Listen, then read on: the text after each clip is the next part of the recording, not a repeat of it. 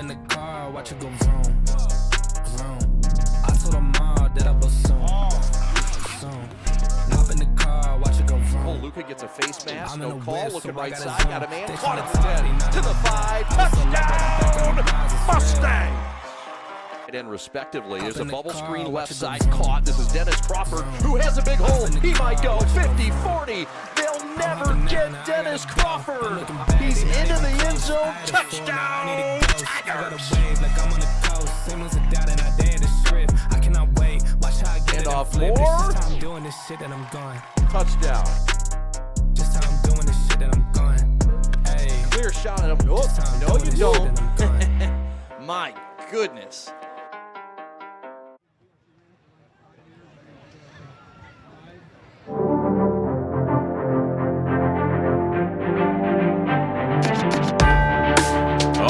Championship feeling is in the air in Belleville tonight here on Gridiron Game Day. It's Northville on the road for the KLAA title, trying to snap this Belleville 33-game win streak. Proud to be alongside Curtis Blackwell tonight. Curtis, a battle between two teams that come in, new coaches, new staffs. Once he was expected to be here, the other not really expected to be here. And they want to make an impact tonight and pull the upset. Here tonight, looking to make the big-time upset. They are on a roll, a team that has only lost 3 games in the last 3 years, and now I think that they're going to have their hands full with the Belleville Tigers, but I'm looking forward to a great matchup. Of course, Belleville comes in highly touted, nationally ranked, 23rd ranked, and they're led by one of the best players in the country, a special quarterback that I know you know all about. Bryce Underwood, the #1 overall player by ESPN 24/7 Sports, who has just been phenomenal on the field, making the big-time plays, and he's developing as a runner as well as a passer, and I'm looking forward to seeing how he makes big plays today. An explosive offense for Belleville, led by Underwood. There's many weapons that he can choose, but they're going to go against a defense in Northville that has kind of been that underrated team, and they've been together for quite some time. They're bringing it tonight. Northville has a stingy defense. They run a 3-4, and they like to attack, blitzing, and they have some playmakers, Drew Rankin and other guys that are going to really step up and make some big-time plays. We got a great battle tonight. It's the KLAA Championship to be decided here in Belleville, right here on Gridiron Game Day. We'll come right back, and we'll talk to both head coaches and find out their thoughts on this Championship Friday in Week 9, Gridiron Game Day. Curtis and I are back right after this. Lowering the shoulder.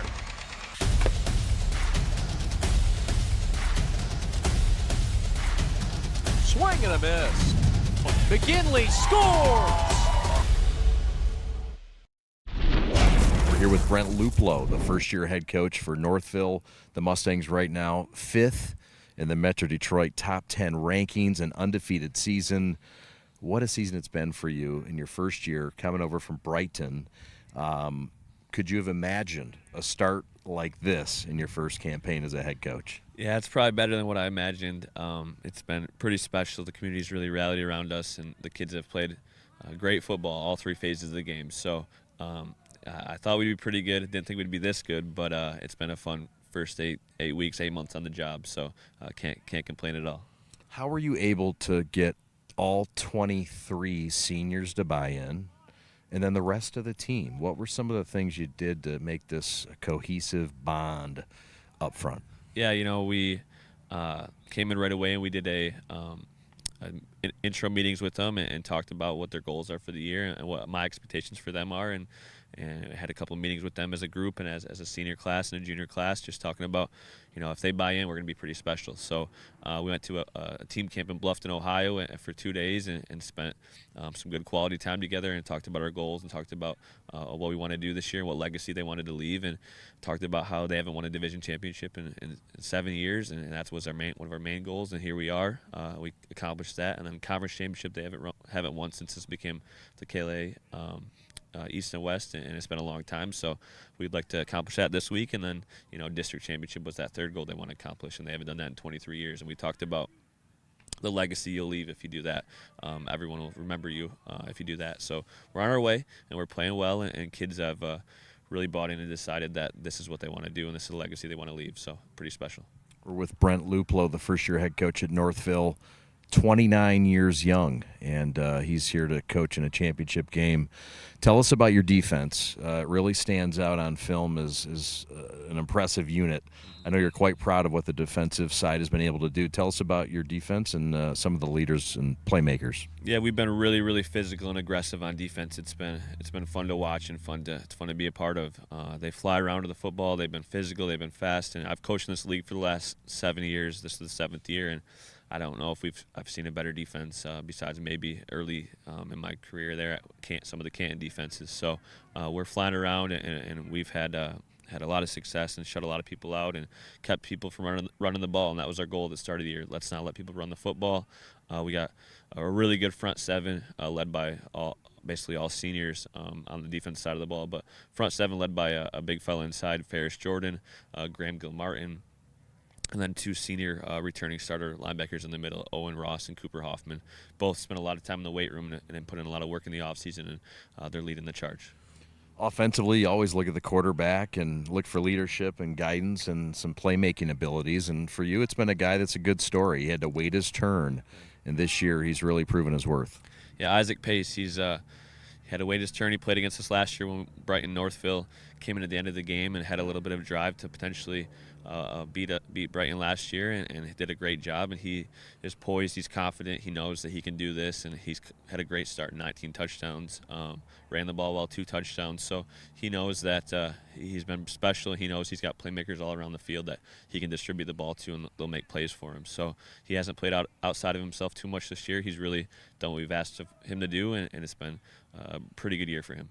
Speaking of playmakers, Belleville has them growing on every tree in the city. How do you stop Belleville? Can anybody beat them? Can you beat them? Yeah, we got to do our job and do it well. We got to play mistake-free football. We can't go in there and expect just to walk in and win the football game. You know, we got to execute the game plan that we were practicing all week. We've got to play mistake-free, disciplined football. We did it in 19 at Brighton. We beat them, and we got some lucky breaks, and that's something you got to do against a really good team too. You know, you got to have some luck on your side, but we were disciplined and we stuck to the game plan, and we churned out some long drives, and it kept their offense, who was potent back then, from having the ball. And that's a similar thing we're going to try to do Friday is, you know, keep them from having the football, and let's turn out some long drives and chip away and have a chance in the fourth quarter. That's the goal. I think our guys are ready. I think they don't know what they don't know, and they're excited, and they're going to play as best as they have all year. Thanks so much for your time. Really appreciate it. Thank you so much. All right, best of luck. That's Brent Luplow, the head coach for Northville. Northville getting set to take on Belleville. Winner takes all for the KLAA title. Back with more on Gridiron Game Day right after this. Getting set here for kickoff on Gridiron Game Day. We're here with head coach Calvin Norman, first-year head coach, but 5th year here at Belleville, back-to-back state champs of the Tigers. You took over in May. You've got yourself a season that folks expected you to get to. Yes. Tell us about the journey and how it's been so far. Well, it's been a nice little journey. The biggest thing was to get a coaching staff in place, because a lot of the coaches from last year had left and went on to bigger things. And so the biggest thing was to get a staff together. Yeah. You've established the staff, brought a new team in, and look, everybody expects it to be perfect. You've worked through things really nicely. Congrats on the great start. Yeah, well, you know, part of that is my experience. I've been coaching for just my 33rd season as a football coach, going into my 19th season as a head coach. So this is something that's not quite new to me, but what's been new to me is just the bigger group. That's all. There's a bigger group, but I've been here before, though.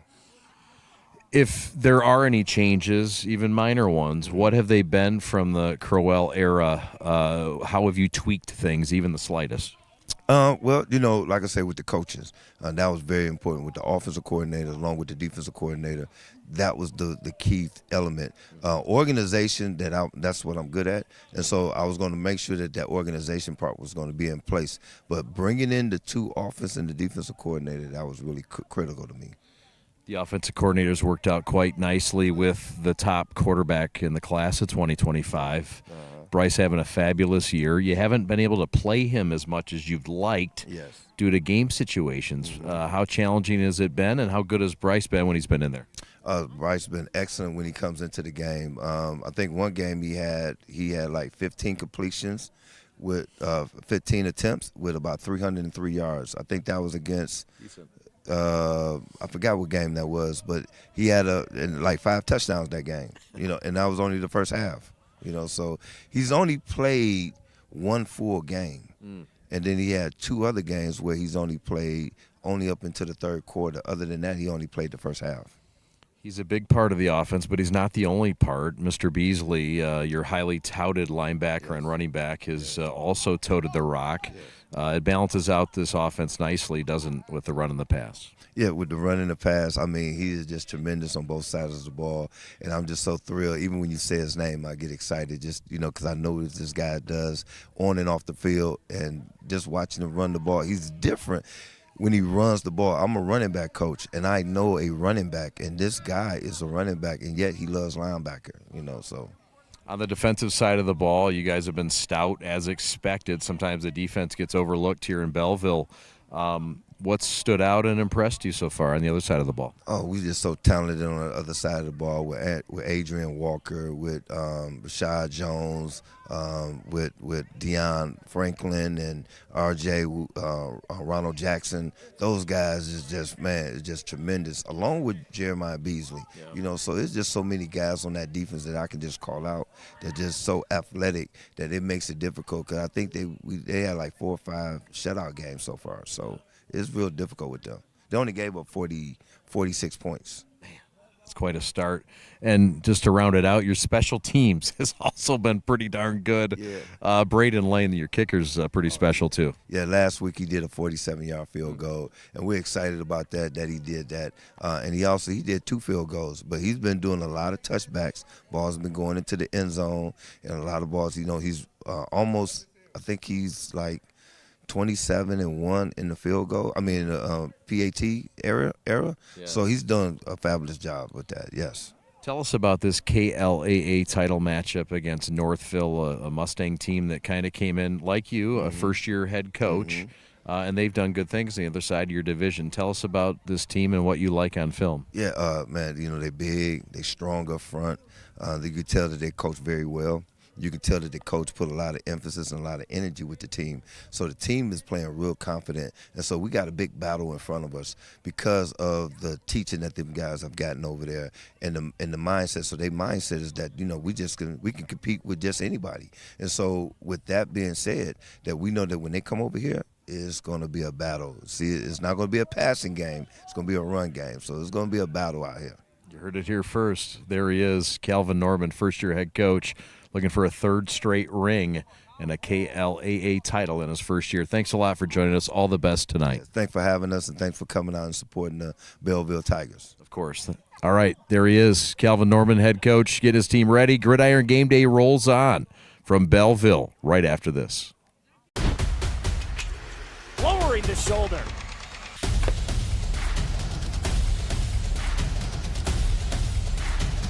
Swing and a miss. McGinley scores!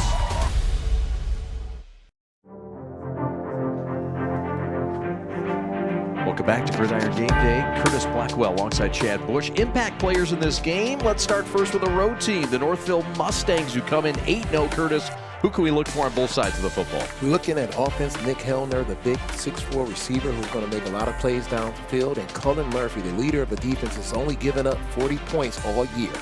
And then on the other side, Bryce Underwood, we know all about. What stands out the most about number 19? Bryce Underwood can make every throw on the field, and he's never afraid to take the big shots down the field. Jeremiah Beasley headed to Michigan, a stud linebacker, also running back. Lineage of great family athletes. His brother Malik Carr and his mom Peggy Carr, some of the greatest of all time in the state of Michigan. And Jeremiah will make plays on offense and defense. How about it? We are set to go. Belleville will kick it off. Northville back to receive. Right. Northville is going to start off on offense. So Braden Lane to boot it with that big left leg, and that will go just out of bounds to the 2-yard line. Northville should have a good field position starting off the game. They should. And Curtis, this is a quarterback in Isaac Pace who's had quite the year, 19 touchdowns, 3 interceptions, a 5'11 quarterback. What do you like about the leader, number 4, Isaac Pace? Isaac Pace is not afraid to make any of the throws, and he's going to keep the team together, and he's really the heart and soul of the offense. And I'm excited to see what he's going to do, because this Northville team was not be afraid to throw the ball down the field against the Belleville secondary. We'll see how that matches up. So Northville on offense, what a season for the Mustangs this year under the leadership of their 29-year-old head coach, Brent Luplow. A lot of different formations. He's also the offensive coordinator. They're going to look to keep Belleville on their toes. First play of the game, quarterback dive. Oh! Isaac Pace is going to give off to Deke, and Deke will carry it right side for a gain of 8 on first down. A healthy gain, Curtis, for the Mustangs. And when you win on first down, it allows you to get ahead of the sticks. We'll meet the offensive starters for Northville, the Mustangs, who have only faced Belleville once in their history back in 2020. So now we're seeing another quarterback under center. This is Michael Seigan, the quarterback and the transfer from Brother Rice, in as the signal caller. And it's a wildcat, and it's going nowhere. It's a loss. And tackled by a name we'll say quite a bit tonight. One of the best defenders up front, Rashad Jones, who just got offered from Purdue. Yes, and Rashad Jones is the defensive line leader of this team on the Belleville defense, and look forward to him make a lot of plays up front. It's third down.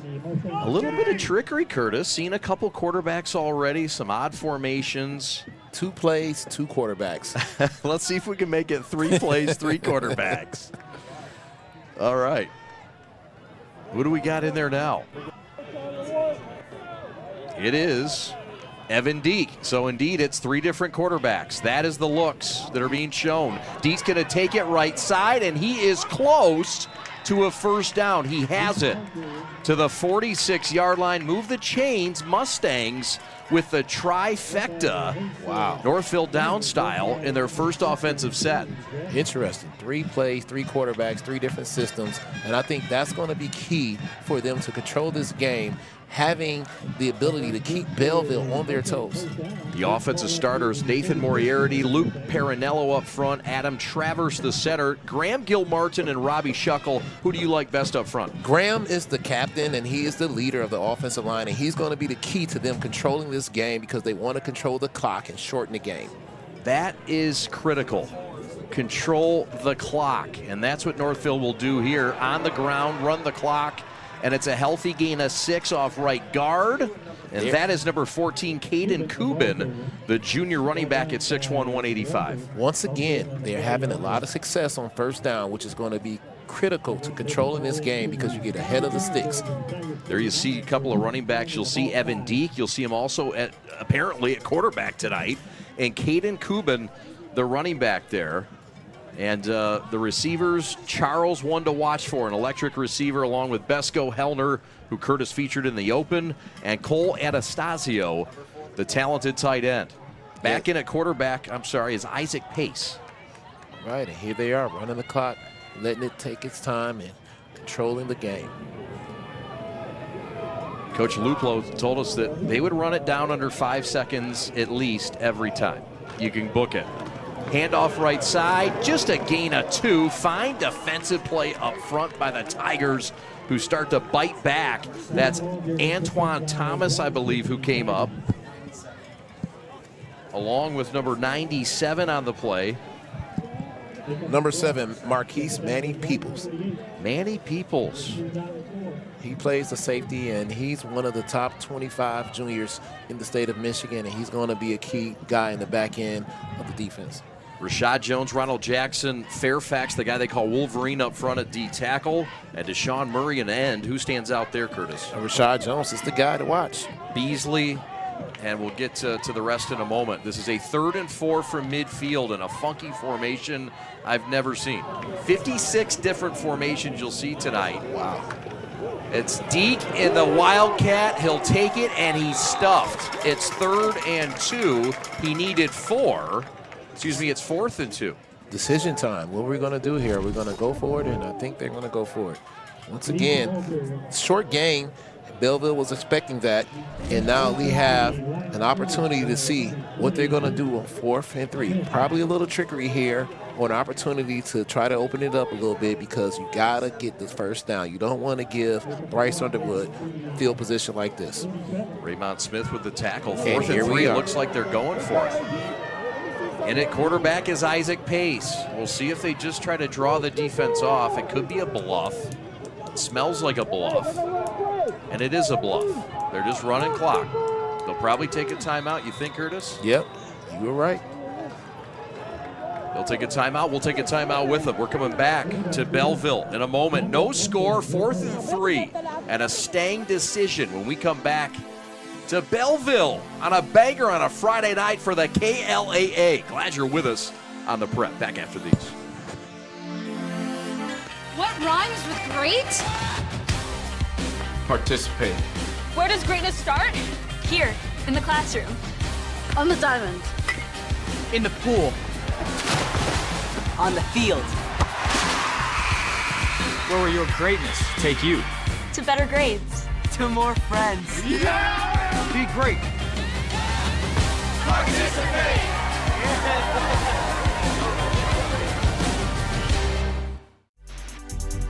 Welcome back here with us on Gridiron Game Day. My name is Kara Wolfbauer, and I will be your guys' sideline analyst for tonight with this KLAA championship as number 1 Belleville faces off against number 5 Northville.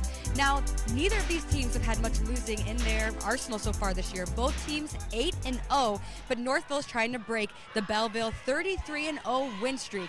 Both teams have a new coach, so we'll see how it goes so far this year, and we'll send it back up to the guys in the booth.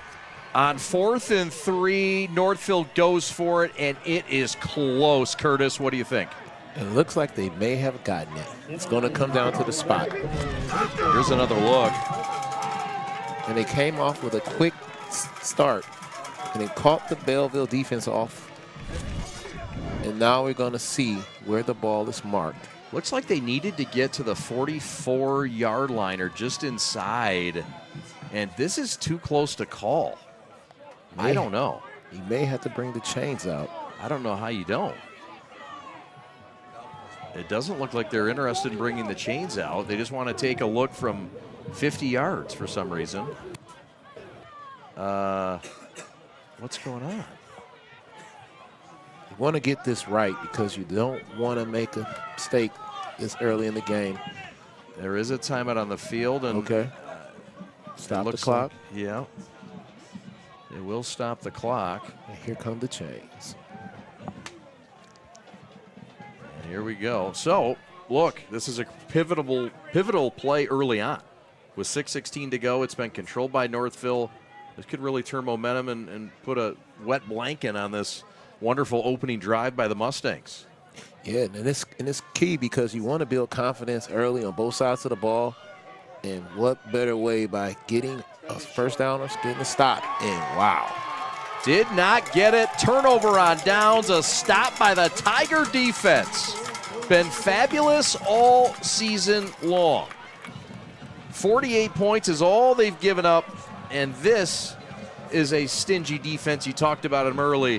How about the stop here on 4th down?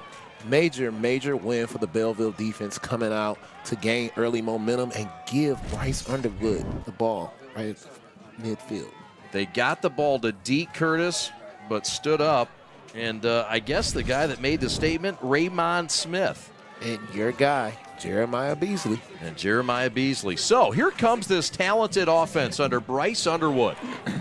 The number 1 player in the country at the quarterback position, 6'3", 210. And what a season it's been for Bryce, a guy that you don't think could get any better. Back-to-back state titles his freshman and sophomore year, and he got better over the summer, they tell us, and it's shown in his play thus far. He's dominated everywhere he has gone, and on the field, he's having his best year yet as a junior. And it's been probably a long time since the state of Michigan has seen a guy this talented win so many games and be number 1 at the same time. I mean, 33 straight games that he's led this team to wins, and also being number 1, a lot of expectations to live up to, and he's handled it phenomenally well. and I'm excited to see how he performs tonight in this KLLA championship. All right, partner, here we go. He is Curtis Blackwell. Glad he's joined us. And we have Belleville football from the 45-yard line. The handoff is to the tailback. We'll see a couple tonight. This is Colby Reed, one of the two senior combo backs. He's 5'9", 210. And he stopped after a gain of 2. It's a stout defensive front for Northville. The tackle there was by Hassan El Zayat, a guy you know quite a bit about, and he's quite a player. Coming from Dearborn Fordson, and his dad played at the state championship team in '93. He's going to be a guy to watch. Tractor title. Oh. Underwood's going to keep it left side, and he's going to have enough for the first down and show a little bit of gusto, putting the head down over Christian Fradel. I don't know people realize how good of an athlete Bryce Underwood is, but he can run with the best of them. Basketball player, defensive player. He just really specializes as a quarterback right now, but you can see him with the ability to run the ball at any given time. They better watch out for that the rest of the game. How nervous is the head coach and the scouts and everybody when he puts his head down, goes out of bounds and puts a stiff arm on somebody. Shows some character, though. There's a mishap in the backfield, and Bryce is going to go down. This will be a loss of 7 back to midfield, and the clock will keep rolling. This is a mishap by a combo that we don't see trip up often. I think a little miscommunication here as they attempt to run a little trickery at they fake the end around and try to hand it off, and Bryce just really recovered the ball because you don't want to have a turnover at this point in the game, and that was a smart decision by the #1 overall player, Bryce Underwood, to just protect the football. Calm, cool, picked it up off the turf. A lot of guys would, fumble it again. 3 wide receivers, motion left to right by Trey Graham. We've got a whistle, and we've got a false start. And backwards goes Belleville. And I think we may see Bryce Underwood pass the ball at this point. Might be the time for him to open it up. How about the weapons on offense? The receivers for Belleville, ultra talented. I mean, Curtis, how many can you count? I mean, they might be 10 deep, but right now we're going to focus on Kevin Sims, Trey Graham, and Julian Johnson. Those 3 are on the field, split out to the right, and there will be the ones that you got to stop first before you see the next batch. 2nd and 21.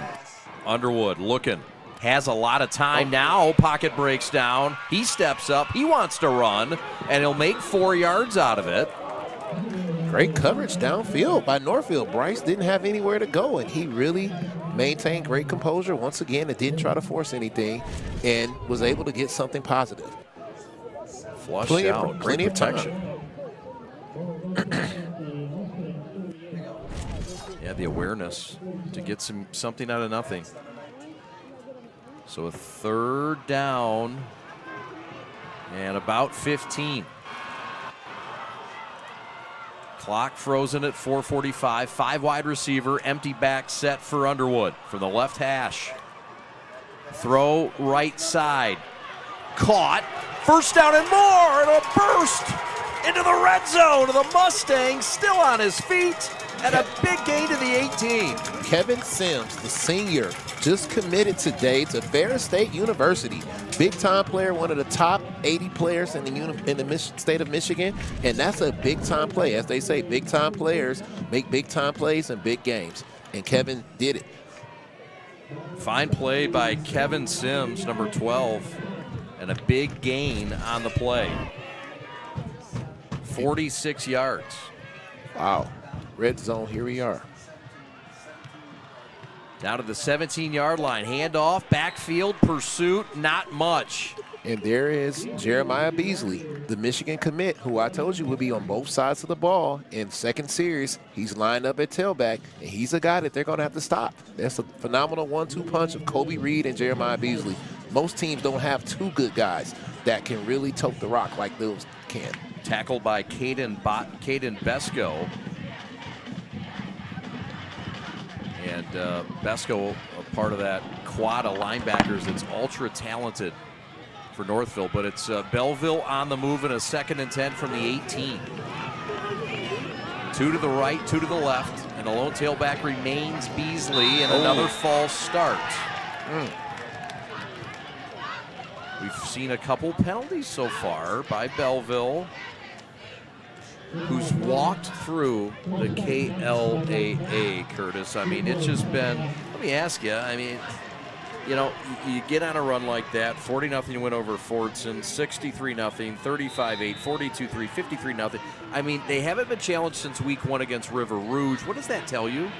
What that tells us is that they are really, really taking everybody serious, and they're not coming out playing any games, and they start early. 2nd down, 15. Underwood looking for the end zone, looking deep. Got a man. Incomplete. Julian Johnson was the target. Overshot for Juju. And the senior receiver, it wouldn't have mattered if he would have caught up to it. Underwood with a bullet of an arm, showing it off here, but a little too deep, Curtis. A little too much on that, but he definitely had a shot at it. 3rd down, and I'm thinking they're going to try another shot down the field. But what makes these receivers so good is the run after catch, what you just saw with Kevin Sims. So be on the lookout for that, because Northville's going to have to break down a tackle in space. Yak attack.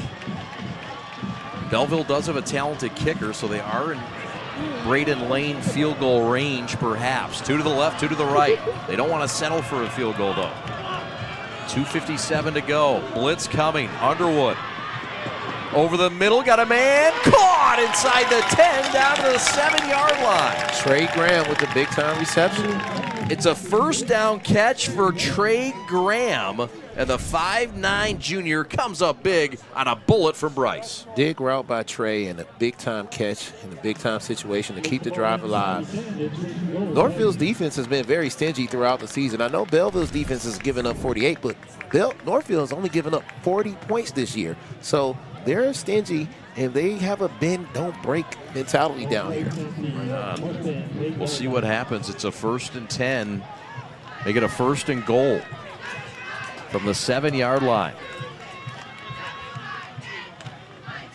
Play action, slant, incomplete. Was trying to go right side and was looking for Kevin Sims. It's incomplete. Tight coverage, no call. Coverage by their best cover man, Drew Rankin. Drew Rankin playing press coverage, really fighting hard to take away the inside and make a great play on the ball. Big time play right there. Textbook football play. 2:05 left and a 2nd and goal from the 7. No score yet. Glad you're with us. Chad Bush alongside Curtis Blackwell. We've got action going on at Orchard Lake St. Mary's and Dakota later on tonight. But right now, it's all about the KLAA title being decided right here.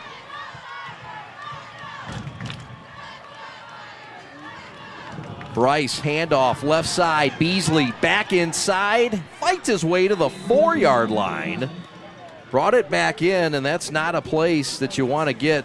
Ferris Jordan, the big 6'3", 305 nose guard, was there to give him a big old bear hug.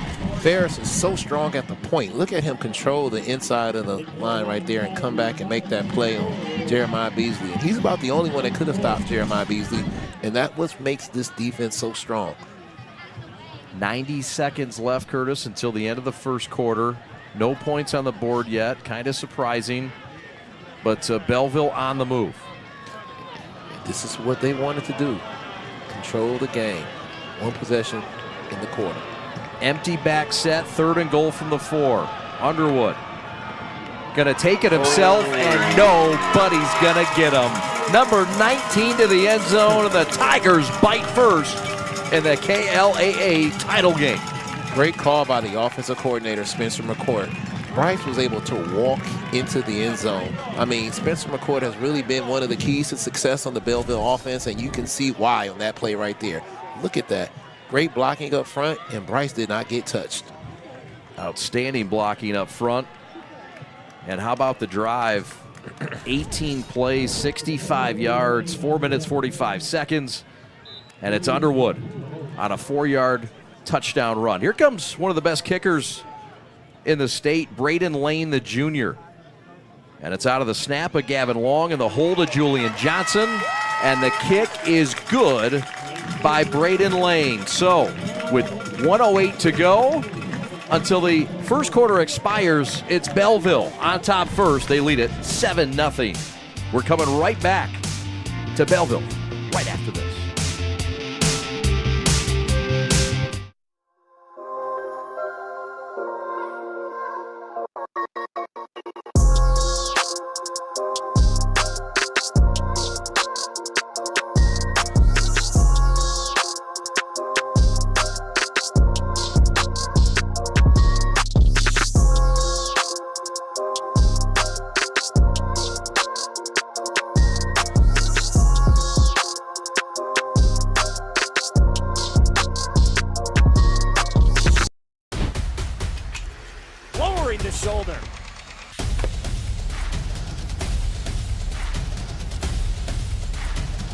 Swing and a miss.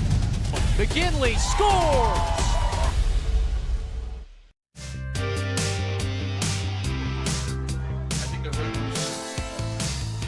Chad and Curtis back with you. 7-0 Belleville on top. The Tigers will kick it off. Both teams with one offensive series. Northville was stopped on downs. And there's a solid run up to the 29 and some festivities afterwards. Want to thank our friends at Red Rooster Bar and Pizzeria. And thank them for supporting Belleville football. Come support your local pizzeria, where we serve you pizza, subs, salad, ice cold beer, and much, much more. Located at 51390 Willis Road, or give them a call, 734-461-6533. Daily specials and delivery available. Come check them out after the game. Red Roosters, thank you for the food. It's delicious, and we definitely will see you after the ball game. Curtis, who will we see at quarterback for Northville on this drive? Any, mini, miny, mo. Take your pick. And number 4 is in. All right, number Isaac 4. Pace. Pace is in. He's going to hand it off left side. This is Colin Charles, the explosive offensive threat, and he's got a solid 8 yards off left tackle, and he's following the hip of Nathan Moriarty, one of their best up front. And Colin Charles is one of their best athletes, and you're going to see him on a lot of sweeps and jet motions, and he's the guy that can take it the distance on any given play for Northville. They have some playmakers, too, at Northville. Let's not go to sleep on those guys, and they're coming out ready to attack. Solid block that time also by Cole Atanasio, the junior tight end. So, clock running. This might be the final play of the first quarter. And again, it's just the second offensive series for either squad. It is number 4 in there, Isaac Pace. 10 seconds left in the quarter. All run so far for Northville. This is no different. It's a first down run. He needed 2. He got 2.5. And that will almost take us to the end of the first quarter. And it will. Move the chains, first down. We're moving aside to the second quarter as we come back to Belleville for second quarter action. KLAA Gridiron Game Day Special Edition. Thanks for watching. Back after these. What rhymes with great? Participate. Where does greatness start? Here, in the classroom. On the diamond. In the pool. On the field. Where will your greatness take you? To better grades. To more friends. Yeah! Be great. Participate!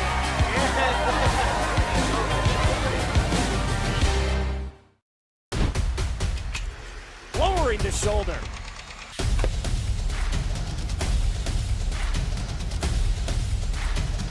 Swing and a miss. McGinley scores!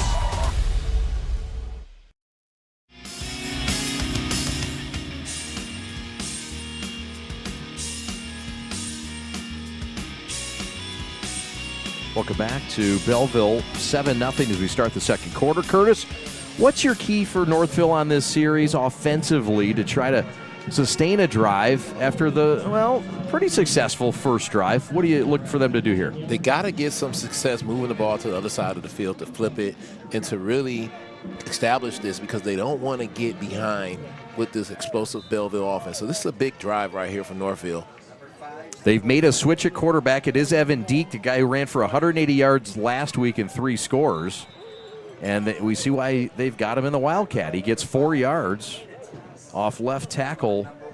And Luke Parinello, a nice block. Gain of 4 on first down. Lots of success on first down for Northville, which allows them to stay ahead of the sticks, and they can be a little bit more diverse with their play calling when it's 2nd and 5 and 2nd and 6. We have yet to see Northville attempt a pass. You told us that they have some playmakers out there. When in the world are we going to see a pass? Will it happen here, Curtis? We're looking to see Nick Hellner make an impact, and I think that's a chance. Hellner is at the top of your screen.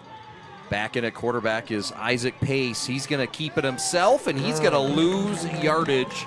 He got swallowed up quickly, and he was tackled by number 52. That's Ronald Jackson along with Deion Franklin up front. Fine play by the Tigers. RJ makes the play, and I think that was a design quarterback sneak. Yeah, I think so too. It didn't really develop. Now you're in the 3rd and 7, and I think we're going to see a pass, and if I'm betting, I think it's going to go to Nick Hellner. He's their guy. Talented linebacker crew. Beasley headed to Michigan. Raymond Smith, a D1 prospect. Kalen Scott, also fabulous.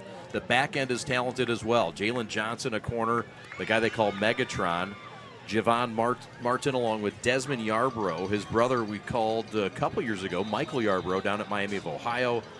Manny, don't call him, Marquise Peoples at one of the safety spots. And Andre Thomas, also that rover position.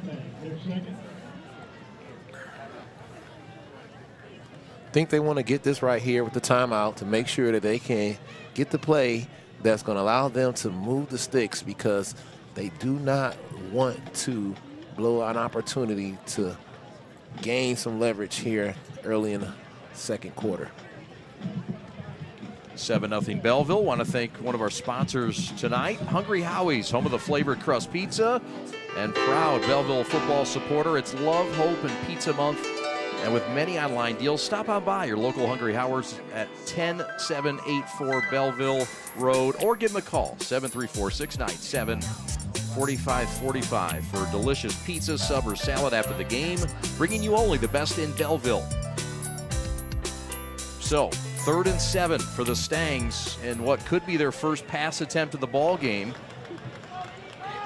It's been a stingy defense for Belleville this year. The most they gave up was in week 1. They gave up 28. They haven't given up 28 points combined since in the next 7 games. Pass over the middle and dropped. They had Cullen Murphy wide open.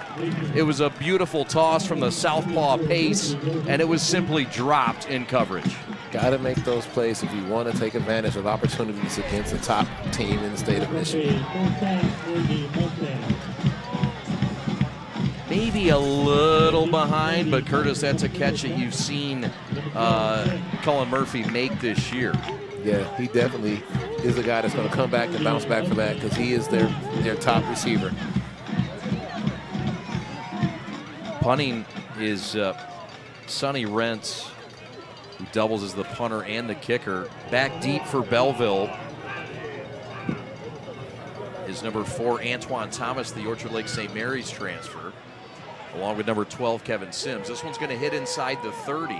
It'll take a Stang bounce inside the 25, down to the 23, and that's where Belleville will start their 2nd series of the ball game under the All-American candidate Bryce Underwood for the 23rd-ranked Belleville Tigers, riding a 33-game win streak, playing for a KLAA title tonight.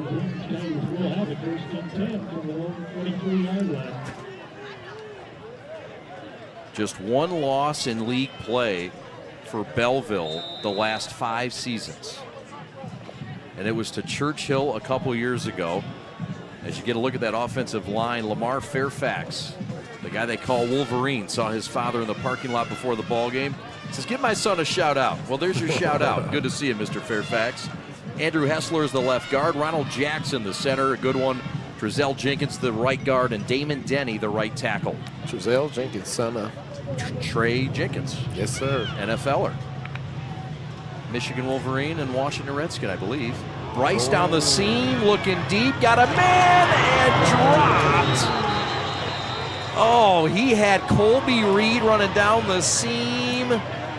Excuse me, it wasn't Colby. Tough to see the numbers. It was Rashad Jones, the tight end, and he dropped it. And Bryce Underwood tried to do a back shoulder throw, and I think it bounced right off of his shoulder pads. A little bit of separation by Sonny Rentz in coverage. So incomplete. Belleville's going to take their shots now. Oh, yeah. Bryce is not afraid to throw the ball down the field. 3 wide, fake to Reed, slant route, and this is dropped. This time it's Juju. Mr. Reliable doesn't drop too many passes. It's another look. I mean, Bryce, you got to catch it, right? Yeah. Northville was there if it was caught, but it would have been a first down. Now it's a 3rd and 10, and the Stangs are licking their chops thinking, all right, If we can get a 3 and out here, we're pretty good. Yep. Beasley and Reed are the running backs, a talented duo. Beasley headed to Michigan. Reed, also a college-level player. It's a deep receiver core. Sims, Graham, Walker, Thomas, Johnson, and Megatron Jalen Johnson. Looks like they're blitzing at this point. They are deep.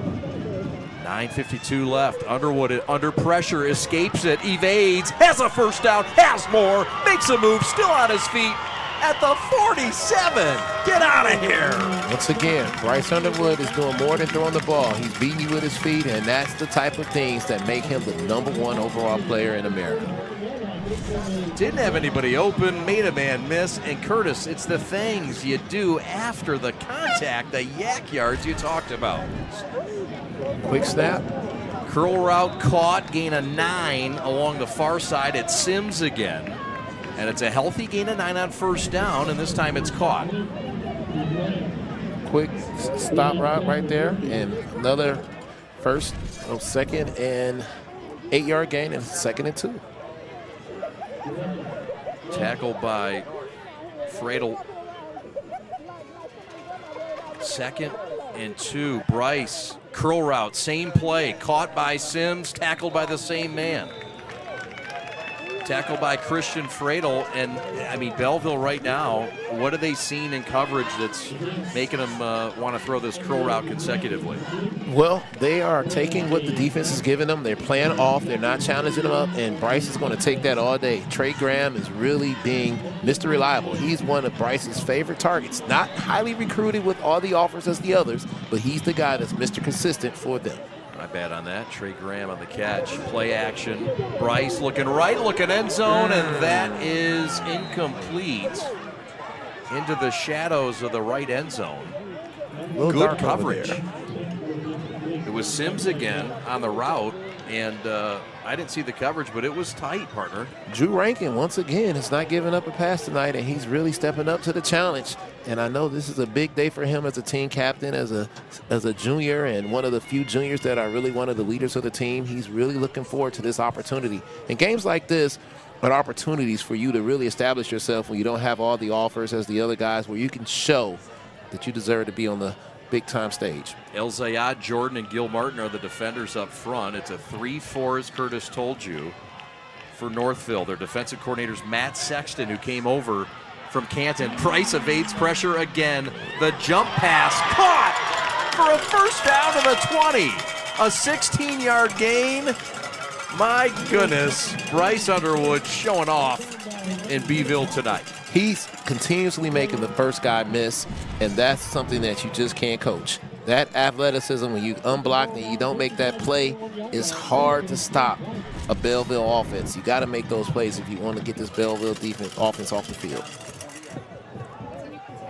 Trey Graham with the catch, 1st and 10 from the 21. Belleville on the move, looking to double their lead. Handoff left side, it's Colby Reed. And he's forced out of bounds and tackled by Cooper Hoffman, the senior linebacker. Colby Reed running the ball hard, and here are the linebackers.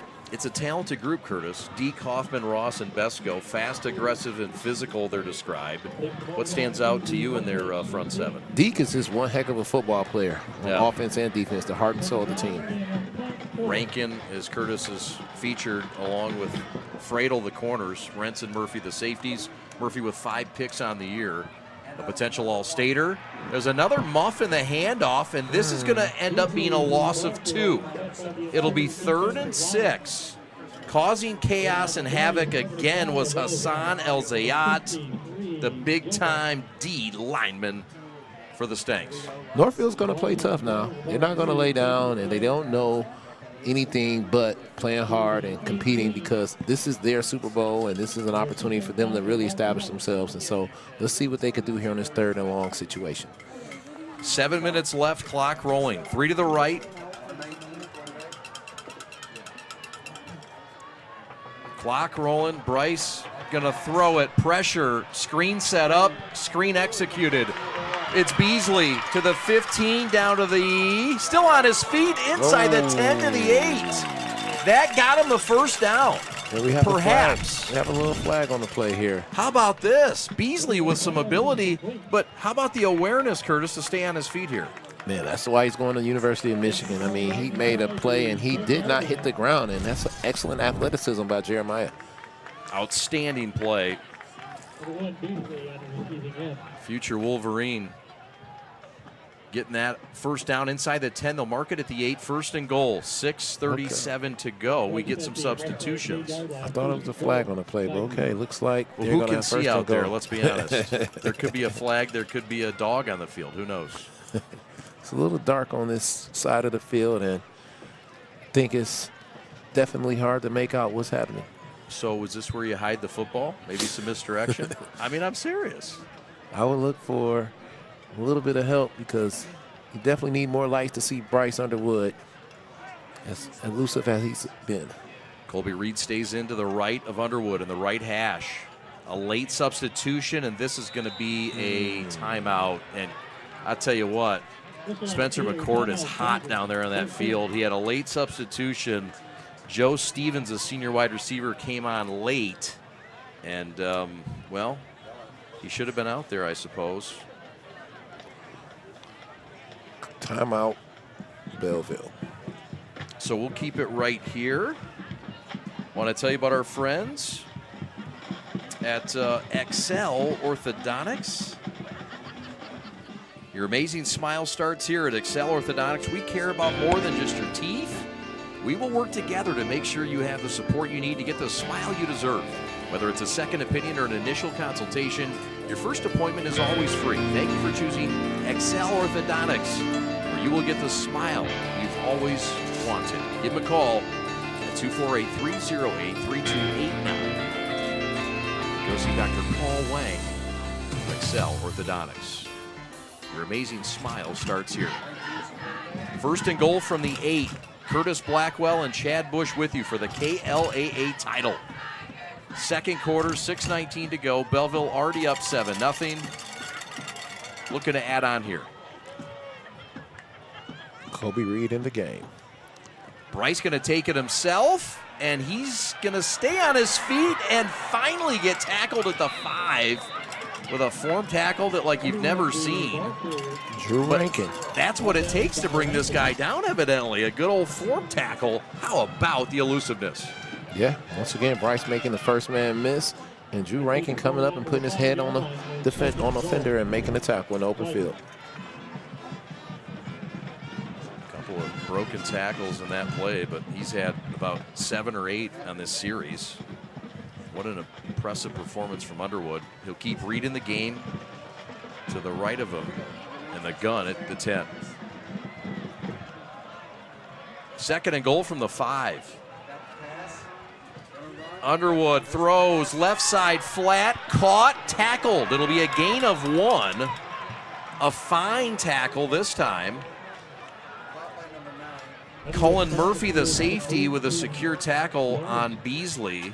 And that, not Rashad much of a Jones. game. Excuse me, Rashad Jones, the tight end. You wondered how that matchup would go. The receivers for Belleville against the DBs for Northville. So far, I guess what? Who's won? I think that Northville has done a great job of limiting the explosive plays, having a bend, don't break, and you can't ask for so much. I mean, these guys are playing one of the top teams in America, and they're keeping them in the game. Yep. 3rd and 5. Handoff inside. It's Beasley, and he's going to fight down to the goal line. Is he in? No. They're going to mark him down at the 1. It'll be 4th and goal from the 1 with 4:30 left. Gain of 4 on the play. Jeremiah continuously drives his feet on this run and gets a couple extra yards, and now we're going to have the second big 4th down of the game. All right, and I think this is a pivotal one because a stop right here and you're back in the game, a touchdown right here and you're up 14-0. The trenches will decide the winner of this battle right here. Crowd getting up. Bryce will be in the gun. That's where he sits in this Spencer McCord offense, led by head coach Calvin Norman in his first year. Watch Bryce keep the ball here. He will keep it. He'll go up the middle, and he will score his 2nd touchdown of the game Underwood to the zone again. Came in thinking Bryce was going to just beat you with his arm, but he's beating you with his feet as well.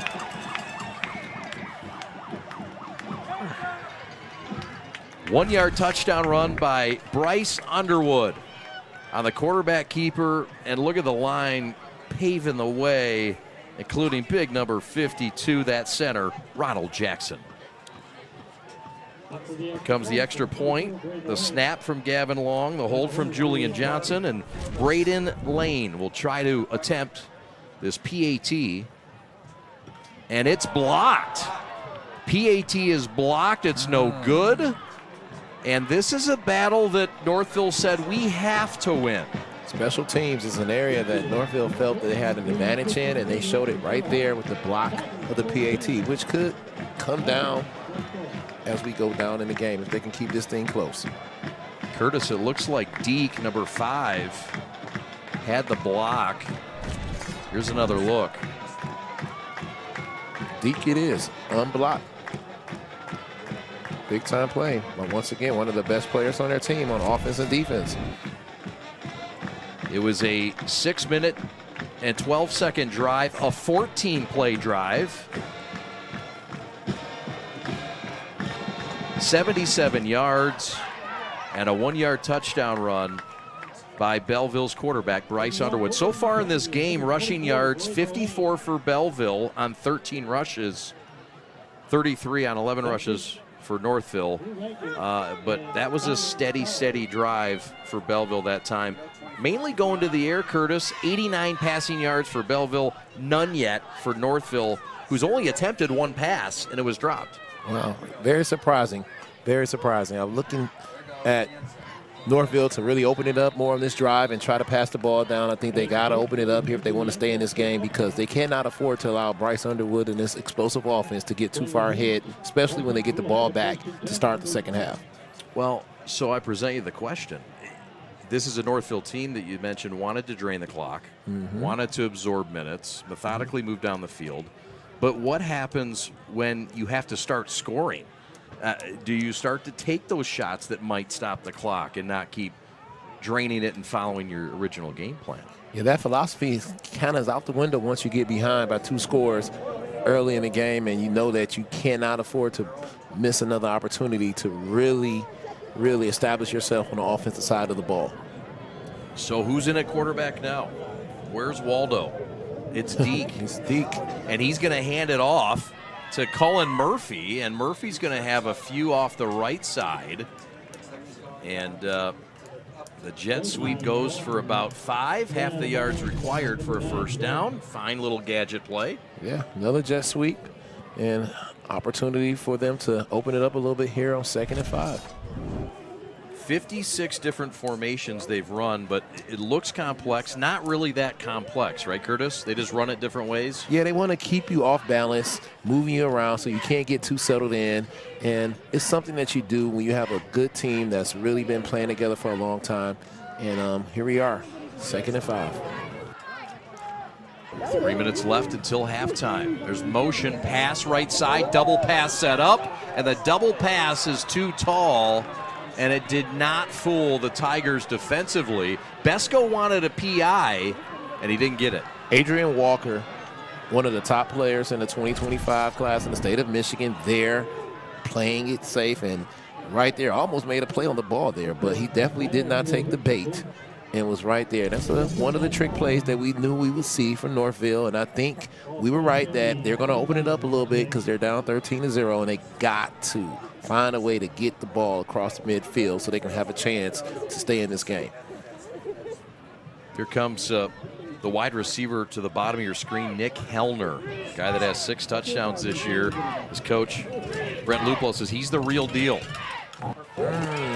Handoff up the middle, going nowhere on 3rd and 5. It is stuffed thanks to number 52, and that is Ronald Jackson with a big-time stop. 4th down punting time for Northville.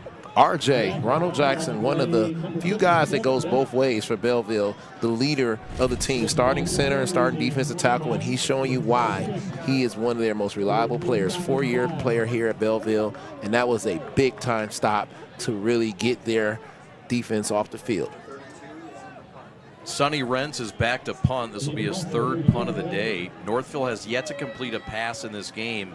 Belleville has completed 7 of them for 90 yards.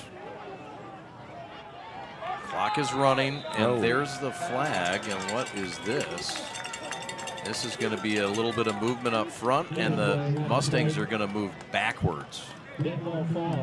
Very, very.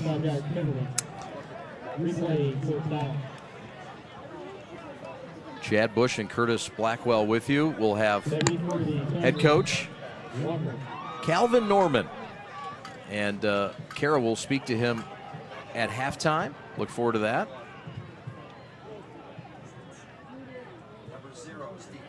Punt is off. Back deep is Andre Thomas. And this one's going to roll.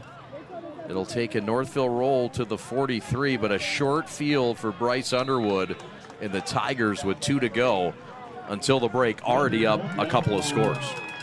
Great field position once again for Bryce Underwood and the Belleville Tigers, and another big-time opportunity for the Northville defense to try to really keep their team in the game. So the Belleville Tigers, back-to-back state champions, KLAA East Division champs this year. And what a ride it's been. 33-game win streak, back-to-back state titles, looking to three-peat. And you may have heard of Kayvon Merriweather. He's in the bigs now. He's a 2018 grad of Belleville. So many big names have come out of here, and Kayvon Merriweather kind of snuck through everybody. And he snuck as an undrafted free agent with the Tampa Bay Buccaneers. Congratulations to him, a proud alum of Belleville. What a season under first-year head coach Calvin Norman, longtime coach at Detroit Cody High School. He was a treat to talk to. That ball is loose, picked up by the offensive lineman, and that's going to be a gain of 2. A late flag comes in. What a wild play this is. Wow. Go ahead. Northville with the pressure there. An opportunity to make a play, and they got to Bryce. Just couldn't recover the ball, but you can see they're still fighting. They're not going to go down without a fight tonight. That front 7, a little bit more aggressive this year. And you're starting to see some of the blitzes. This is a personal foul. What did they get him with? 15-yard penalty, so that's going to move Belleville. So they went from fumbling the ball to the lineman picking it up and then getting 2 yards and then 15 more. Wow, that's a big-time penalty right there. Here we are, 1st and 10 at the 41-yard line, giving Bryce Underwood even better field position. So Belleville, who has put up 143 yards of offense in this game on 25 plays, double what Northville has done tonight, putting up just 39 yards of total offense. End zone, right side, got a man dropped. Adrian Walker got behind the defense a little bit low, but he couldn't come up with it. Drew Rankin was there, but he had his hands on the ball and could have made a play on that ball. And it's a little dark over there. I think that might have led to him not being able to catch that ball. But it was a great throw by Bryce Underwood right there on the money. It was on the money. So there are some lights out in that corner. But there are some reserve lights they've used, but it is considerably darker on this end of the field. And it might have cost the Tigers a touchdown there. 13-0 Belleville in the KLAA title game. Trips to the right. Pressure. Running back Colby Reed. They're going back to the end zone. Slot right. Got a man caught. Touchdown Tigers. Joe Stevens in the end zone for the Tiger touchdown. Stevens off the bench for 6 from 41 yards out. So many weapons on this Belleville offensive receiving unit. And once again, Bryce not afraid to throw the ball down the field, and Joe Stevens made the catch in the dark. He did. Another look at that money throw. Belleville went right back at it. And it was Stevens getting behind the back end for 6. And now we'll get a timeout by the Tigers to try to figure out if you want to make it an even 3-score game or are you fine just kicking the extra point for Mr. Lane? Bryce Underwood continually showing why he's the #1 player in America, beating you with his arm and his feet. And I'm very impressed with what I'm seeing so far here. I am too. Not disappointing. That drive summary.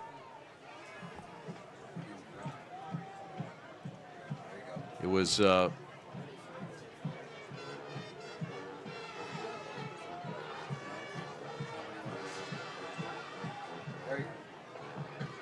three plays, 58 yards, 41 seconds. Quick strike. And we'll see what they do here. 41 yards. Stevens from Underwood, his first touchdown pass of the game. So Underwood has had his hand in all three scores. They're going to go for two now. It's Beasley to the left of Underwood in the gun and Reed to the right. They will check out of the lineup late. Antoine Thomas, the Orchard Lake St. Mary's transfer. Now they'll go Beasley and the Wildcat, and they'll split out Underwood. Look at this. And it's all window dressing. It's Beasley for two. Got it. 2-point conversion complete. And it's an even 21-0 lead for the Tigers with 90 seconds left in the first frame. Spencer McCourt, once again, with the little trickery and showing you why Coach Norman is so impressed with him as a hot riser in the coaching industry here. And that's another great job by Bryce Underwood of really opening it up for his team by moving to the other side of the field. And Bryce Underwood passed the ball to Joe Stevens on that drive to really give them a 21-0 advantage and really put some pressure on this Northville team to try to score before the end of the half to keep themselves in this game in the KLAA title game. There you see Spencer McCord came over for Bowling Green, took over for Coach Short, who left to go to Catholic Central. And what a staff Calvin Norman has put together in his first year. He also has the veteran William McMichael, the Detroit DePorres product, as a head assistant coach, doing a great job on that offensive line. And Mario Stewart, the defensive coordinator for the Tigers. Lane to boot it. And it's going to be taken at the goal line by Colin Charles. Charles is popped at the 21. Oh, boy. A physical championship here thus far, despite the 3-score advantage by the home team.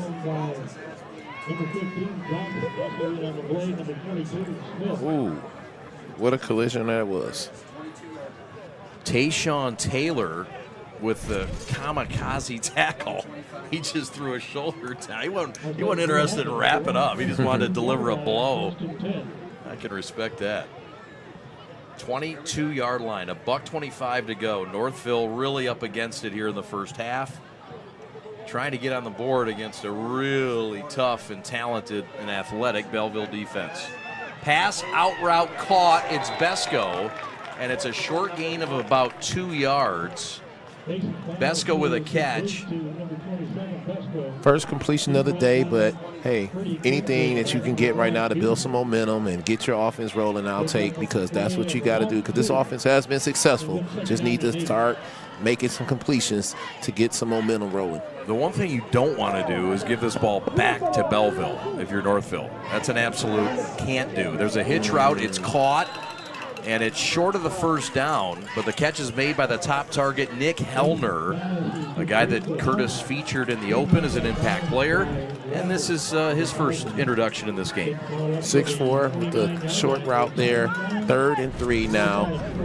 Got out of bounds to stop the clock. But like you said, we don't want to get the ball back to Belleville, so it's important to try to get a first down or even run the ball here to get some time off that clock, because wouldn't want to get the ball back in Bryce Underwood's hand with any time on the clock. No doubt.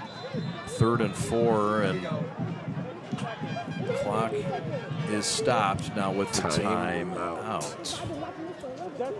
We do have other action going on in Orchard Lake, Macomb, Dakota, and St. Mary's. And there is no score yet in that game. It looks like they're eating food from the Pine Lake Market. Thanks to Austin Sonnenberg, who sold that deal this afternoon. Thank you, sir. Happy birthday to Austin. I think he had a birthday a week or so ago. And a happy birthday to Alex Westfall today. Tomorrow. We're going to celebrate tonight at the Red Rooster. Watch out. Curtis, you're coming. All right, let's go. It's the captain's birthday, and we got to go. I know you're new to the crew, man, but you're already family. You're coming. Your dad took care of me, and I'm looking forward to going to the celebration. Yeah, we're going to have fun. Jam Jan will be there. It'll be a great party. Pat the Stat will chaperone and drive. Another timeout, back-to-back timeouts, and that's enough for me to take a timeout. 21-0 Belleville. Curtis and I are back to the 33-game win streak. Tigers home right after this.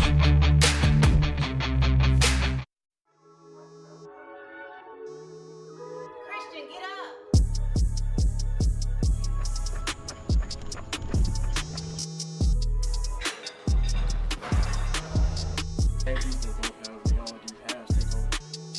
All right, game day don't start Friday. Let's get it, baby. Good job, boy. Ready, go.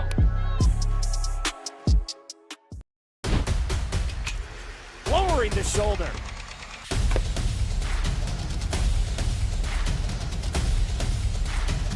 Swing and a miss. McKinley scores!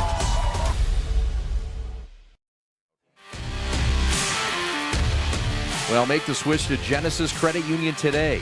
Enjoy better rates, fewer fees, and more personal service than most banks out there. Genesis can improve your financial life with top-notch checking, loan, and savings options like the Genius Checking Account. Earn a whopping 5.25% annual percentage yield plus debit rewards, which is 10 debit transactions a month and e-statements you can turn around like $400 a year. It's just genius. Open up an account at Belleville's branch. Go to genesiscu.org today. Chad and Curtis with you. Official had something that they needed to take care of. That's happened, and we're back and ready for football on a 3rd and 4, Curtis. Big third down here for Northville. I think we got a little bit more to clean up before we get back to the action. There were no timeouts charged. It was an official timeout. They are cleaning up the field. So one timeout remains for Northville. What's your play call here? How conservative are you with the threat potentially of seeing Bryce Underwood and the Tigers get the ball again if the clock does stop here and you don't get a first down? Yeah, I think I want to definitely play it safe and try to get some time off that clock and maybe run the ball, because I don't want to take a chance on giving Belleville the ball back without taking any time off the clock and not forcing them to use a timeout. We've got some quick scores to pass along. Ike, what a season for Eisenhower. I think they rose up to number 6 in our poll this week. They're leading Clarkston 23-6. Clarkston, a team that Northville beat in the opening week this year in the Big House. But a nice lead there for Eisenhower in the second quarter. Lake Orion and Saline, that's the other big game in the state. Lake Orion, the Dragons, going to Saline. They have a 3-point lead in the second quarter against Mr. Carr and company from Saline. What a story Lake Orion is this year. Lapeer 27, Davison 21. And West Bloomfield with a 28-6 lead over Oak Park in the third. Oxford 7. UAD, the Cubs from the AA of the Catholic League, down 7-0. Of course, we saw Oxford earlier this year against Stony Creek. And Heartland with a 7-0 lead over the West Falls Stevenson Spartans. Curtis, your thoughts on this 3rd and 4 play that may never come before midnight? I'm going to look for Northville to really try to come out with one of their trick plays to try to really get the first down and move the chains, because they don't want to get the ball back to Belleville. They want to find a way to really keep their offense on the field. And I think it's important for Northville to get a little bit of success and momentum going into the half.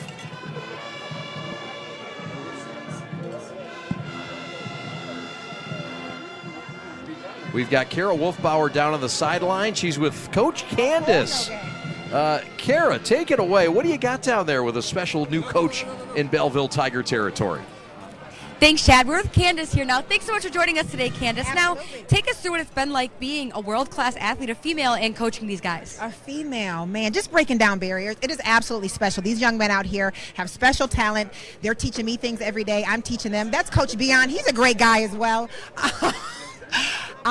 Absolutely. That's what, this is what it's about. It's live TV. Anywho, being able to take the championship mindset that I've had as an athlete and bringing it to these young men and letting them know, like, it's not playing like a girl. I am a girl, and these guys can't even get with me sometimes. So it's absolutely a special opportunity.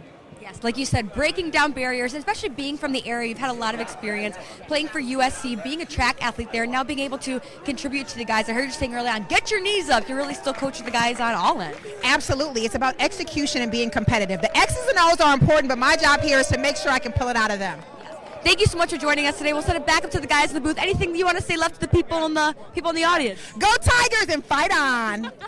Oh, Coach Candace, she's awesome. What a treat. That's a world Olympian track performer. Not many folks can say they're a world-class Olympian sprinter.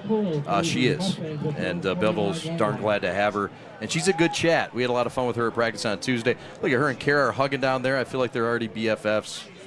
And back to the booth we go. In this 3rd and 3 play, did we have, was everything okay on the, I think this was what happened on the field.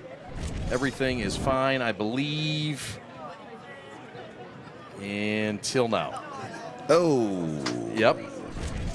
Well, it happens. It happens to players, it happens to officials, and it's happened to broadcasters on our crew. And that's the classic coverage that our team can gather. Alex Westfall, happy birthday, young man. Tomorrow we won't be on air, but we want to thank our captain for all he does for us. And we'll celebrate tonight again at Red Rooster if you want to join us after the ball game. Here we go. 3rd down and 4. Chad and Curtis with you. It's a quarterback Wildcat keeper, and it's going nowhere. Stout up front defensively, and it's double nickels. That is Deion Franklin, we've called his name quite a bit. And Evan Deek was stopped. He's been shut down tonight by Belleville. Yeah, they ran the ball like I predicted, but unable to get any movement up front. And now at 4th down, I think they're going to punt the ball away and give Bryce Underwood one more chance. Belleville has called their final timeout to stop the clock with 43 seconds left.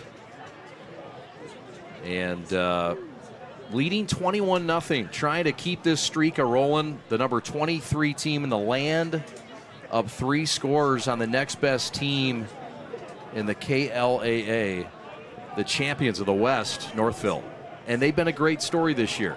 Yes, but this is how good Belleville is.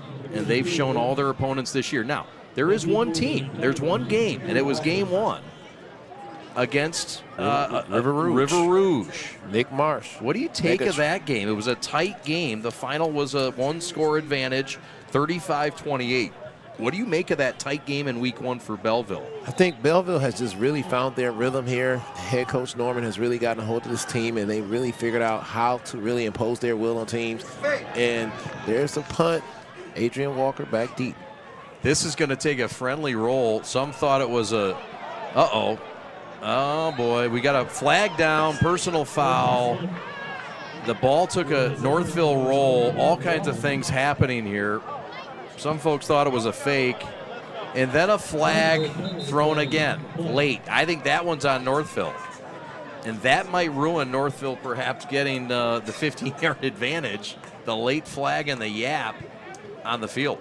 We got 2 flags on the play here. It's going to be interesting to see because the ball is on the 29, and these flags could push the ball up to midfield and give Bryce even better field position.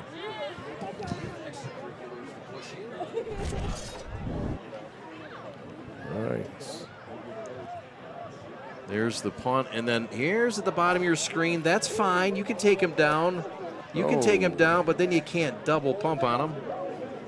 And then down here, the left of your screen, the Northville guy was getting in the ref's ear. So I think it's going to even itself out here. Offsetting penalties? I think so. Stick around at halftime, which is 32 seconds away. Kara will talk to the head coach, Calvin Norman, of the Belleville Tigers. 33 years of coaching. What a treat, what a veteran, the pride of Detroit Cody. He's done it a long time, and he's waited his turn.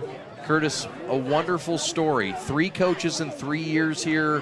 They finally got Calvin Norman, and it was like, well, he wasn't the first choice, but maybe he should have been. Yeah, and he's been on this staff the whole entire time, and he's paid his dues working up the Detroit Police athletic ranks as a youth coach and being one of the top guys in the city of Detroit, and now working his way up from Cody to Belleville. And sometimes serving as an assistant allows you to see a perspective from the inside out of what it takes to really hold this team together. And I think that's what has really led to this Belleville success, is that they've maintained the cohesion of the team over an extended period of time.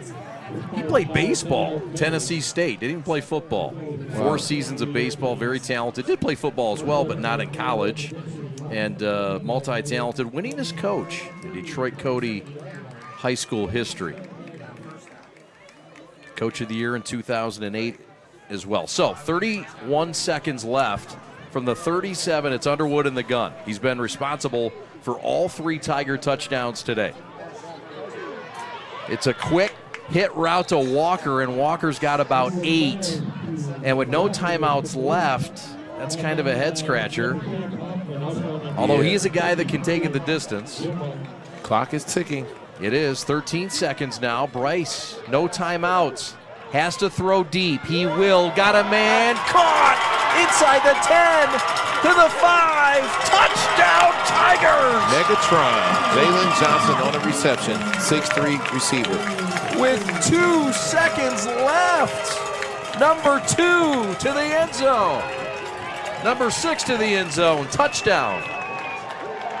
Megatron is the big-time offensive threat. And once again, Bryce is spreading the ball around to his big-time targets.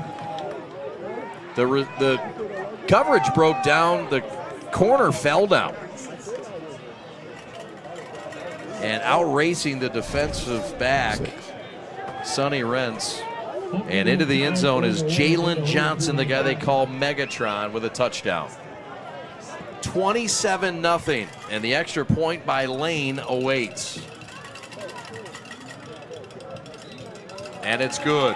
Into the night, into the darkness, and into the abyss. It's all Belleville tonight in Week 9 with a title on the line for the KLAA. Here's another look, Kelvin. It looks like the defender fell down and made it an easy throw for Bryce Underwood. 2 passes for touchdowns, 2 runs for touchdowns. Just a phenomenal performance by Bryce here in the first half of the game. Drive summary, just 2 plays, 66 yards, 40 seconds. And we talked about it. Do you give him the ball back? Do you do anything to not give the ball to this team? And man, Northville just unable to really get it going against this Belleville defense. Maybe their defense has been overlooked a little bit this year. You see the 28 points in Week 1, and you think River Rouge, they've ended a 4 or 5 win team. I mean, they lost some players in between there. River Rouge, though, was legit in Week 1. I mean, they had all their guns. Yeah. And they put up a fight. Mario Stewart, defensive coordinator, has really, really done a phenomenal job. Braden Lane, he has a chance to be a college kicker here, and look for him to boom this ball down the field and close out this first half. Braden visited Purdue, I believe, last weekend, along with some of his teammates. Squib kick with 2 seconds left. The return is tackled at the 36. That'll be the final play of the first half. A half that's all Belleville. 250 yards of offense to just 50 for Northville. 10 of 16 is Underwood for nearly 200 yards and 2 touchdowns. Kara Wolfbauer will talk with head coach Calvin Norman and get his thoughts on what could be the best start he could have ever imagined. Kara, take it away. Here with Coach Norman from Belleville. Now take us through your thoughts on this first half. Well, we know they opened up with a weird offensive formation that we didn't prepare for, but we was winding up stopping them when that 3rd and short 4th and short, so we stopped them, and that kind of set the tone for us. And once we start getting in the rhythm, and we figured out their offense, now they don't know what to do right now because we done figured out their offense and we've been stopping them, and so they don't know what to do. Another thing, too, Bryce Underwood, 2 touchdowns tonight, some great passes. Take me through his growth so far this season. Oh, man, his growth has started from the 9th grade, and every year he's just getting better and better and better. So just to see what he just did out there on his own, running the ball, knowing where the ID is at, knowing where they're coming in from the pressure, and then be able to run the ball, and then throw the ball. Those are 2 beautiful passes that he threw out there today. And so we're just happy that he's doing what he's supposed to do. Thanks, Coach. Good luck in the second half. Chad? Awesome. Good stuff, Kara. Thank you, Coach Norman. Thank you, Kara Wolfbauer. And, Curtis, a dominating first half for Belleville. Your thoughts? Bryce Underwood, leading passer, we expected, but leading rusher, wow. He has really impressed me with his decision-making and his ability to extend the play with his feet, and he always makes the first guy miss, which is speaking volumes as the junior, the #1 overall player in America, leading the number 23 team in America to a dominant first half. 229 yards of offense for Underwood in the first half, 250 yards of offense for Belleville. 28-0, the KLAH champion. Since they've entered the league 5 years ago, Northville trying to upset them. Tough task right now. Curtis and I come back for the second half. We'll have analysis. We'll have highlights, and we'll check in on the St. Mary's Dakota game live in just a moment. Thanks for watching Gridiron Game Day. Belleville 28, Northville 0. We're back right after this.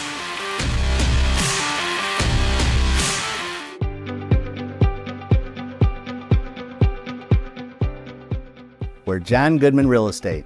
And we're a family team committed to providing you exceptional real estate services centered around your needs.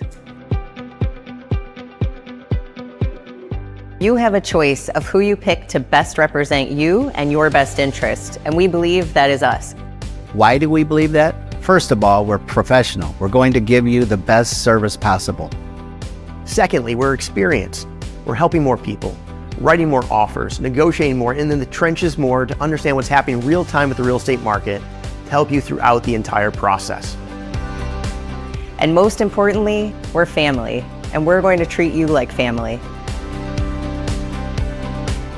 We're John Goodman Real Estate, and we're your home team. And whether buying or selling, know we've got you covered.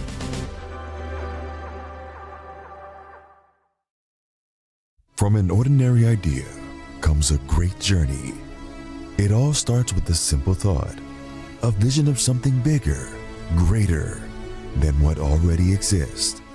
It's that spark that ignites the passion and drive to create something truly amazing. At G-Brand, we understand this journey well.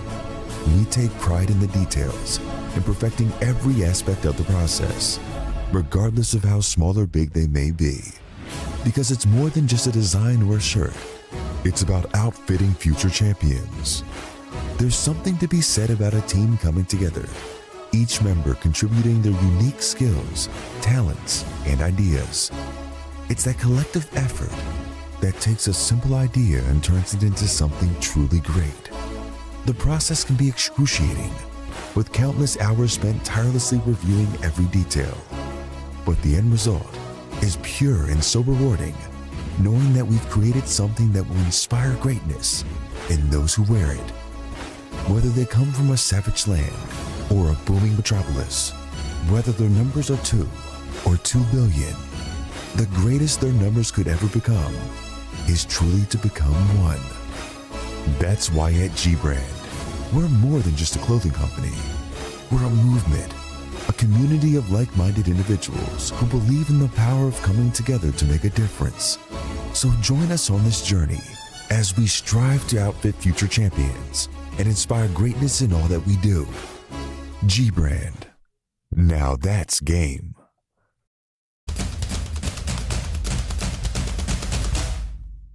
As the voice of Michigan's student athletes, the Student Advisory Council's role is to convey the message of how high school sports should be played.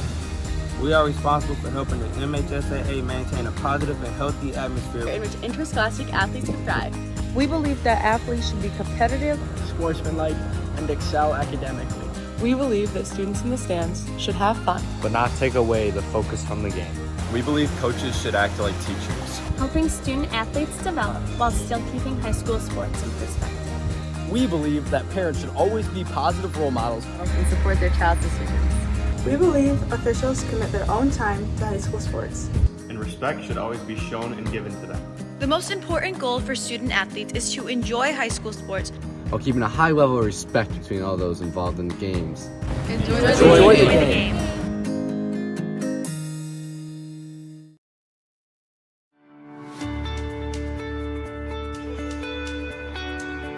Hi folks, Dr. Joe here with Michigan Orthopedic Surgeons. We all know that our wives and daughters deserve special attention, but that's especially true when it comes to their knees. Do you know that females are at a 2 to 5 times risk compared to their male counterparts when it comes to blowing out their knees? It doesn't seem fair, but it's true. The reasons include the way females are made and the way they fire their muscles. But fortunately, there are injury prevention programs out there that can greatly decrease this risk of injury. And if you do know a female who blows out her ACL, don't despair. We have neat, innovative, minimally invasive ways to fix their knees and get them back onto the field. For more information, go to miorthosurgeons.com.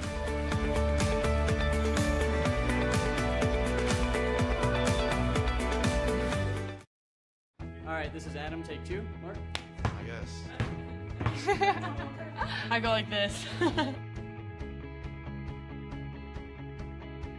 The best part about playing football in Texas has to be the reaction from the community. I want to encourage others to play volleyball or choir because you get to experience new things and do stuff that you've never done before. My reason why is passion.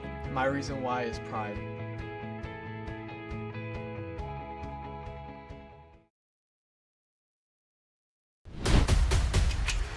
Lowering the shoulder.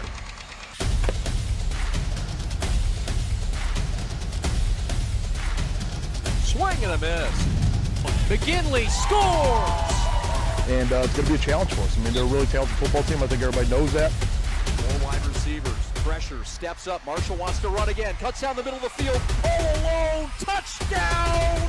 Warriors! What a cut.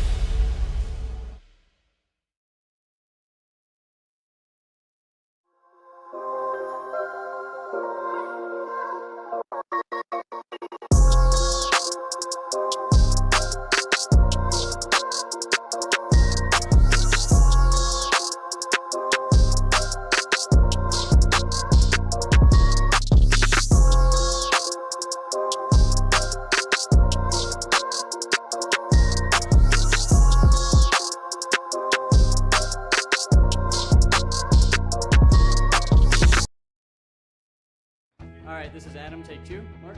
I guess. I go like this. The best part about playing football in Texas has to be the reaction from the community. I want to encourage others to play volleyball or choir because you get to experience new things and do stuff that you've never done before. My reason why is passion. My reason why is pride.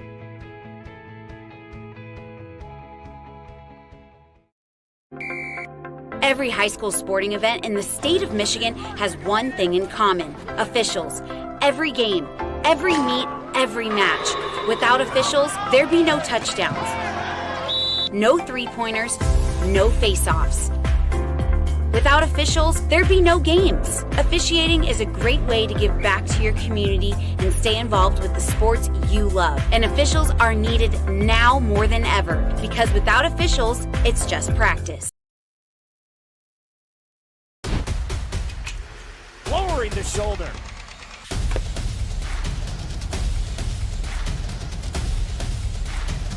Swing and a miss. McGinley scores! The innocence of youth. Is there anything any better? But soon they'll be in high school and facing all the same challenges you faced. How to make friends, how to fit in, how to be cool. We want our children to have everything they'll need to live fulfilling and productive lives. Make sure the kids in your family are among the more than 300,000 participants here in Michigan who take part in high school sports. Lowering the shoulder.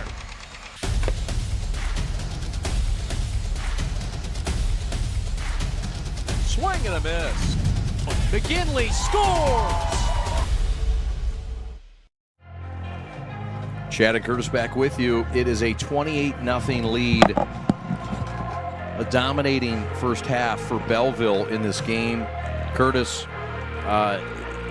this is just something that Belleville has not let up. I mean, they've scored on every drive, have not punted. Northville went down the field. They were stopped on downs in Belleville territory on drive number 1. How much impact and confidence do you think that gave Belleville, and how much did that first drive affect Northville moving forward in the first half? What has surprised me the most is Northville has been unable to really pass the ball against the Belleville secondary, and that was something that I was not anticipating, and I'm looking at seeing what they can do to really develop the passing game in the second half to keep themselves in the game, because now you got to throw what you thought you were going to do in the first half and open it up. And you can't play conservative here. You got to take those chances down the field with those big playmakers you have who've been reliable all year for Northville. No doubt. It's been a passing game that has just tallied 39 yards so far in this, 7 yards so far in this game for the road team. Meanwhile, Bryce Underwood, you mentioned it, leading passer, leading rusher. He's balanced out his touchdowns.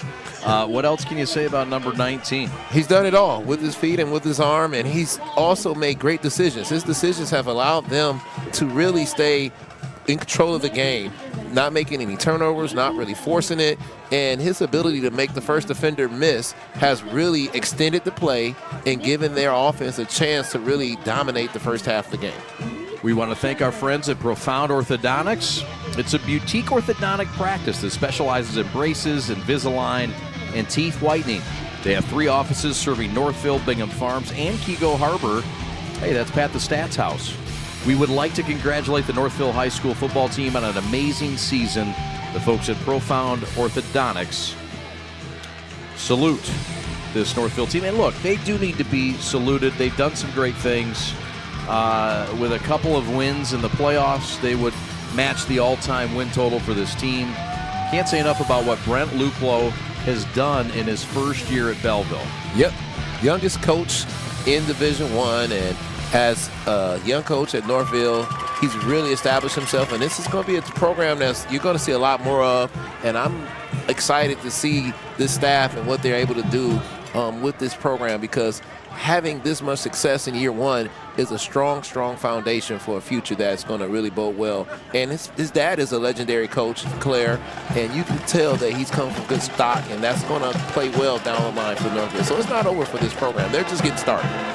The beauty for both teams, and they said is, look, no matter what happens, we're both going on and going to play in week 1 in the playoffs, and they have an opportunity to both make some deep runs. And if you're going to take any lumps or learning lessons, I would take it in the regular season, because you still have the entire state playoff in front of you. So even though this game is not over, there's still a lot to be learned from this opportunity against a tough opponent, the number 23 team in the country.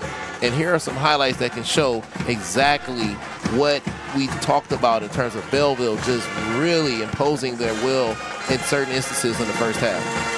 The 4th down stop, and then the big play to Sims. Trey Graham, Mr. Reliable, multiple times. And once again, Bryce Underwood beating the defender with his feet and making those plays to really give Belleville the decided advantage. And when all things are even and you have a quarterback that can extend the play and that can be as elusive as a running back, and at 6'4", 200 and something pounds, that is what is hard to bring down. Curl route they hit a couple times in this drive, and then the jump pass. Little athleticism, little creativity out of Bryce. He's got that creative gene, doesn't he? Oh, yeah. You're just seeing the beginning. I mean, this kid is only a junior. Man. 15 years old. Beasley with a fine catch there, and then Bryce takes it in himself. You see the strength, too. It's a wiry build, but it's put together well. And then the block extra point, the only special teams play that that Northville really made in this game. And then the long touchdown to Joe Stevens. Belleville said, look, we're deep at the receiver position. We're 10 deep. And I kind of, I heard that, Curtis, and I was like, 10 deep, really? I mean, they're legit 10 deep. There's the long touchdown to Jalen Johnson for 6, and the final score with 2 seconds left in the half after Belleville got it back with 38 seconds to go, and that brings us to the break. We're coming back. Carol Wolfbauer will talk to the head coach, Brent Luplow, for Northville, who will look to rally in this second half, all Belleville through the first.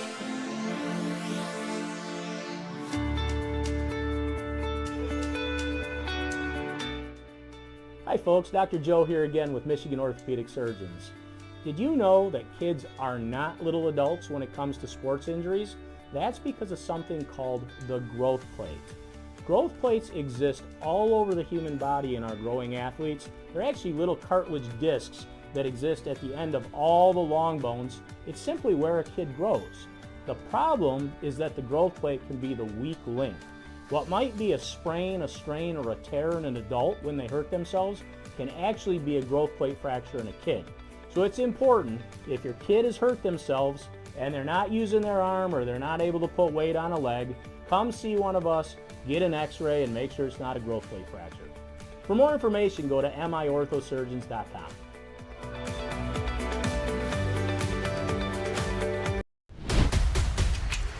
Lowering the shoulder.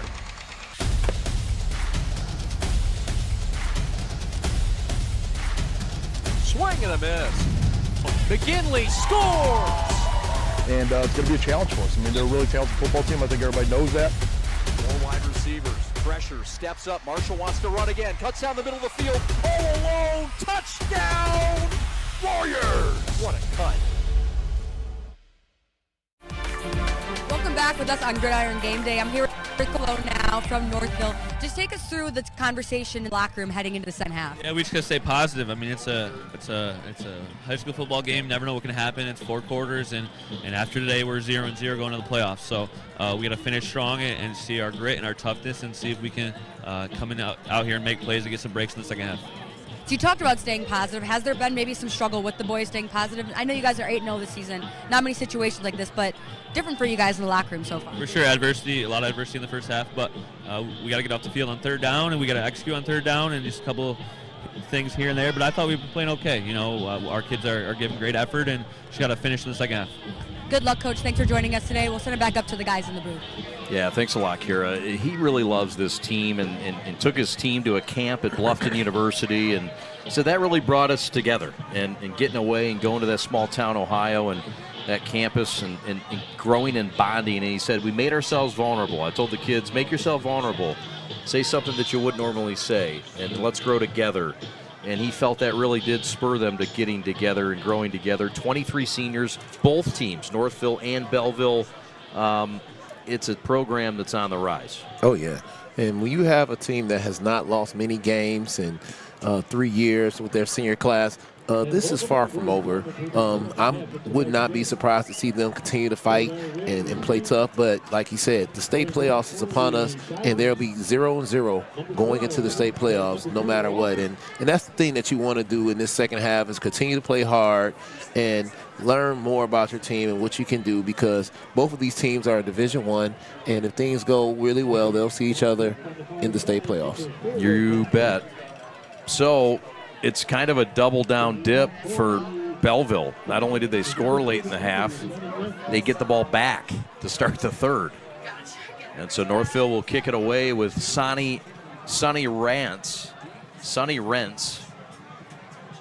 who doubles as the punter, and back deep is the ever-dangerous duo, Antoine Thomas, along with Mr. Walker. It's a touchback thanks to the boot.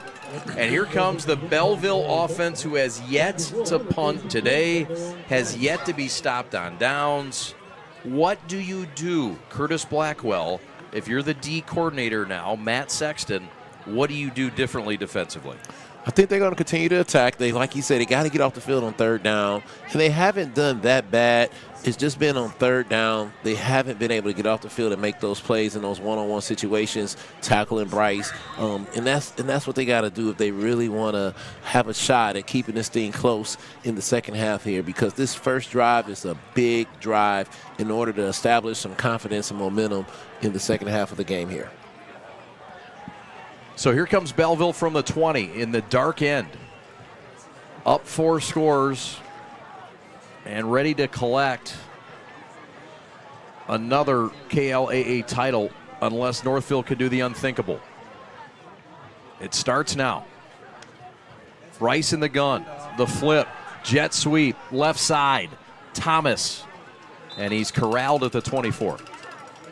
Antoine Thomas, the Orchard Lake transfer, in on the jet sweep and 5-yard game, and you're looking at about 2nd and 5 here. Here's an update from the game up by the lake, and that's a touchdown run for Dakota. That would put them up 7-0, and that is where they sit right now. Thank you for that. Alex Westfall flipping the dials, Evan Westfall doing the replay, C-Jack on the audio, A1. That's a fumble, that's loose, no problem. Belleville will pick it up and get back to the line of scrimmage and maybe gain just a smidgen of a yard. Jeremiah Beasley staying cool and calm. Most guys you would see would panic. He picked the ball up and got back to the line of scrimmage. High snap.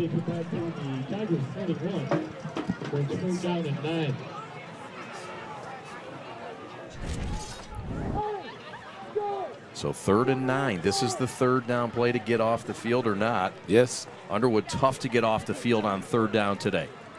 Bryce 10 of 16. Pressure here. Has time. Pocket breaks down. Still on his feet. Bryce going to gun it downfield, and it is caught incomplete. Incomplete on the sideline. He was looking for number 15, Julian Johnson, and it's out of bounds. And perhaps Northville has done just that. They got to stop in the first possession. Exactly what Coach talked about. Win 3rd down, and they won the first 3rd down in the second half, and here comes the offense if they can successfully field this punt.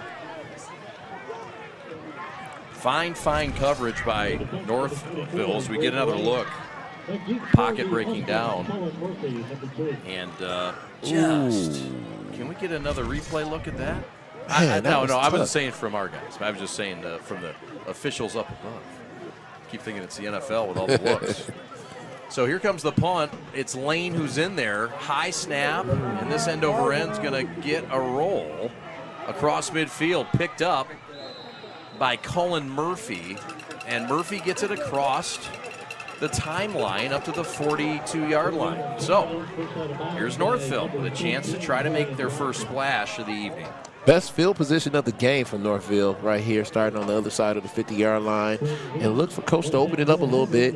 And let's see if we can get Nick Heltner going here. He's the guy that we really want to see test that Belleville secondary here in the 3rd quarter as Northville looks to open it up a little bit more. We've seen 3 quarterbacks. That was the surprise element. It hasn't tripped up Belleville a bit. Under center is Isaac Pace, a standard starter. He's got both Kubin along with Deke in the backfield. Deke with 3 touchdowns last week. Kuban gets it, and it's a trap play that's shut down quickly. Short game. Jeremiah Beasley.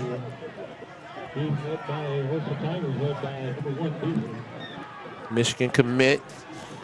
How good is he, and what side of the football does he play on? Is it for sure linebacker, Curtis? Oh, yeah, he's definitely going to be a linebacker on the next level. He's a student of the game, loves football, comes from a football family. His brother, Malik Carr, will be playing tomorrow in East Lansing at Michigan State. Tight end, supreme. Is he still a tight end? Receiver. Receiver, okay. Yeah, receiver, tight end, yep. Here's another funky formation on a 2nd down and 9. They've got the Wildcat quarterback in there. This is Evan Deke. Deke up the left sideline. Watch out. 30 and out of bounds to the 25. It's a gain of 20 for Deke and the first explosive of the day. for Northville. Evan Deke there, Mr. Everything, makes the play, and if they're going to have a shot, he's going to have to continue to make these plays. Found that side, got the edge. Good seal by the left side. So, Northville hunting for 6. Not really a situation where you settle for a field goal here, you wouldn't think. We need a touchdown. Yes, sir. 4 wide receivers in the set. Charles and Murphy to the right. Pace, end zone, got a man, overshot him. He had his top target open, Nick Hellner, and he let him a little too deep. Stop and go route by Nick Hellner. He got the corner to bite. Just a little too much on the ball. Ooh, that was an opportunity they had. That was it, man. 2nd and 10. 9.5 left in the third. Northville trying to scratch the surface here in Belleville on the road. He's Curtis Blackwell. My name is Chad Bush. Curtis, the owner of Sound Mind and Body? Yes, Sound Mind, Sound Body Foundation. Sound Mind, Sound Body Foundation. Very successful here in the state of Michigan and Detroit and beyond. Handoff left side. This is Deke.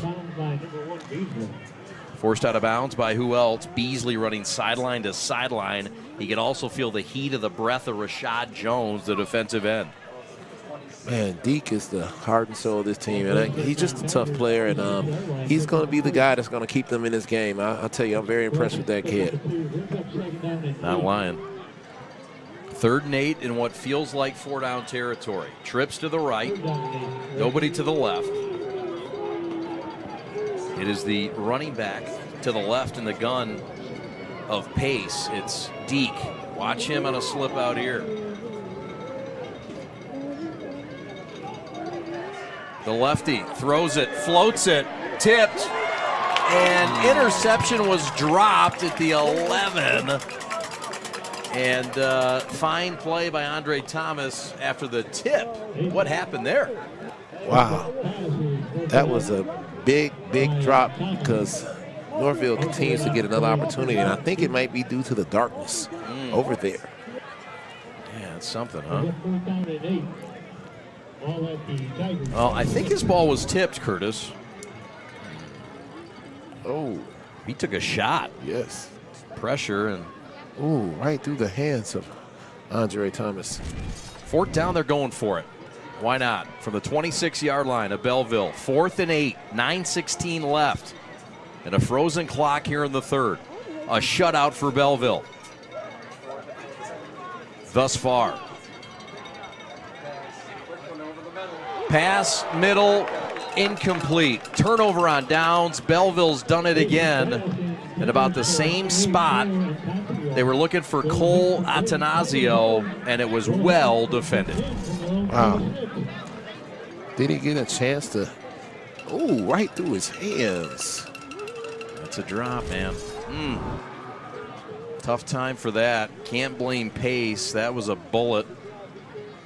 And it should have been caught. So, credit Belleville. They get it back after they had to give it up. And the pace of this game starting to slow a little bit. What are we going to do? Back to back. 3 and out and a turnover on downs. This is the worst field position of the day for Belleville, however. Bryce Underwood and Kobe Reed back on the field. And that's been a problem tonight for Northville. There's too much speed, and Underwood has shown off every asset he has, and there's a lot of them. This is Colby Reed for 3 up the right side.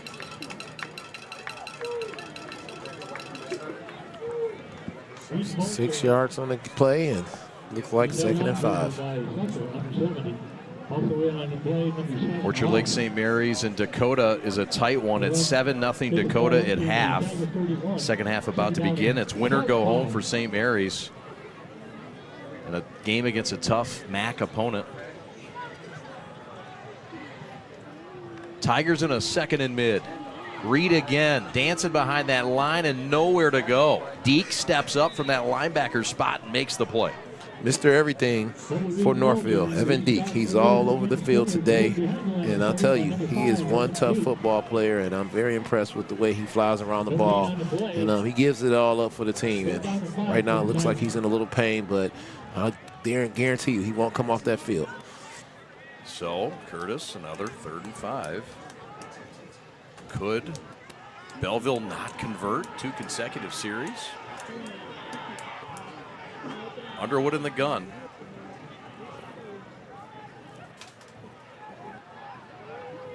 Motion from Walker.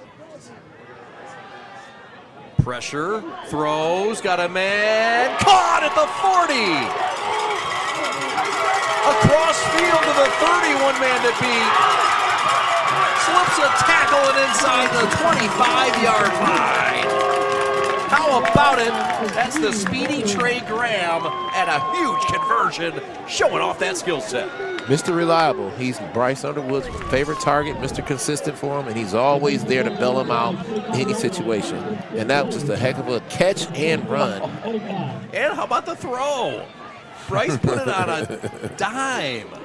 Unbelievable. Fun to watch this offense just work. And these receivers, Curtis, from every angle. 4 wide here, pressure, throw, end zone, PI. Well, the only thing can stop Bryce is the pass interference because he's been on target all day here today. Kevin Sims the target, and a little face guarding.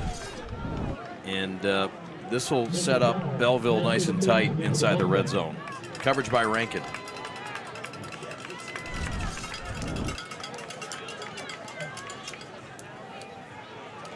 So you kind of take some risks with some blitz and man coverage is forced. That's a bad recipe, right, against this squad? If I'm Northville, I'm going to go out with a fight, and I'm going to try what I can to give my kids a chance to make a play on the ball. And sure. And I think that's what they're here for, to fight and compete and let them know that they're not going out without giving it their all.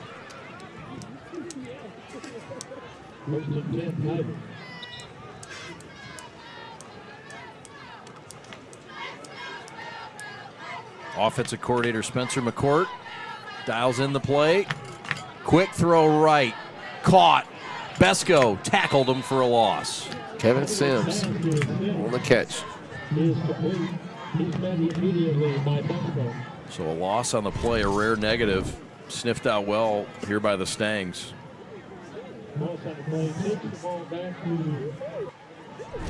Bryce's numbers continue to blossom.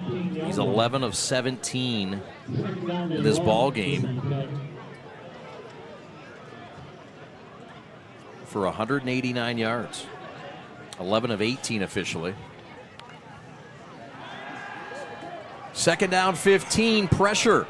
Bryce, end zone, incomplete. Broke it up at the goal line. That was Christian Fradel, the senior corner, with a fine play. They were trying to get to Jalen Johnson.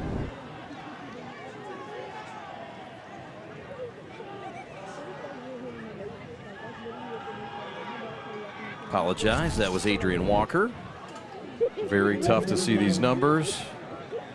Man, oh man. Curtis, you know him though, you can tell. Curtis is like on it. You've seen these routes. You know the movements. You don't need numbers, do you? Bryce, Pressure. 3rd and 12, end zone, caught, touchdown. They go right back to Walker, and he's in, but there is a flag down, and I think this thing might be a coming back with a hold.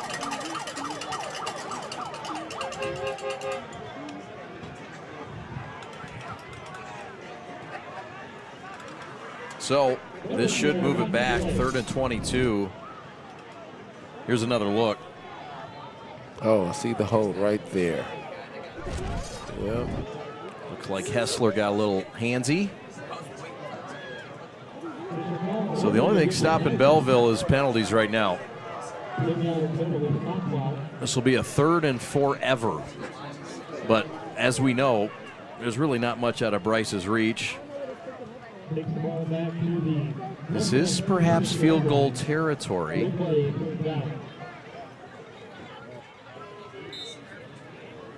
But you know Belleville wants to go for that end zone. Underwood now 11 of 19 in the game for 189 yards. The Tigers have rolled up 300 yards of offense through 2.5 quarters. Blitz, pressure, and Underwood finally goes down the 35. The first sack tonight, and it's Deke involved with Owen Ross. Mr. Everything, Deke on the play once again. One heck of a football player there, I'll tell you that. He's a throwback. Really is part of that 4 senior linebacker tough front 7. It is going to force Belleville to punt it on 4th down, or so it appears. It'll be 4th down and 22.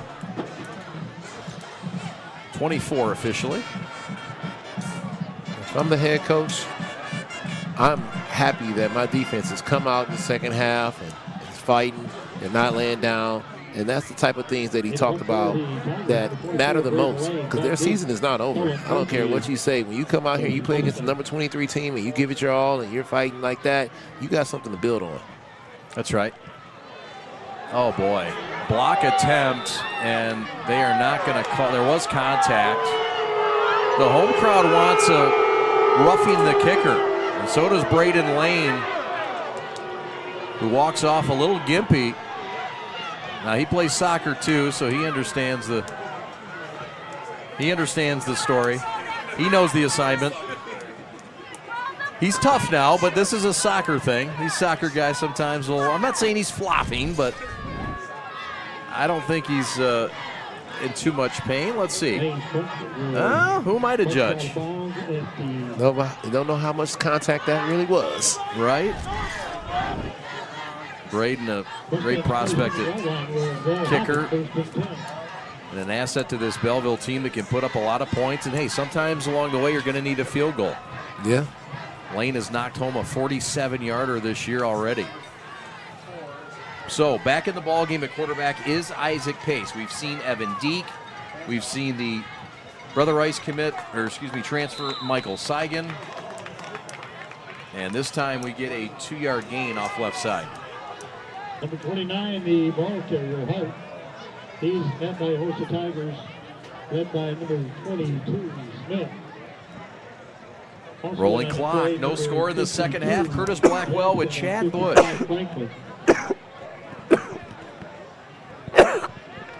Ooh. Bless you. You okay? All right.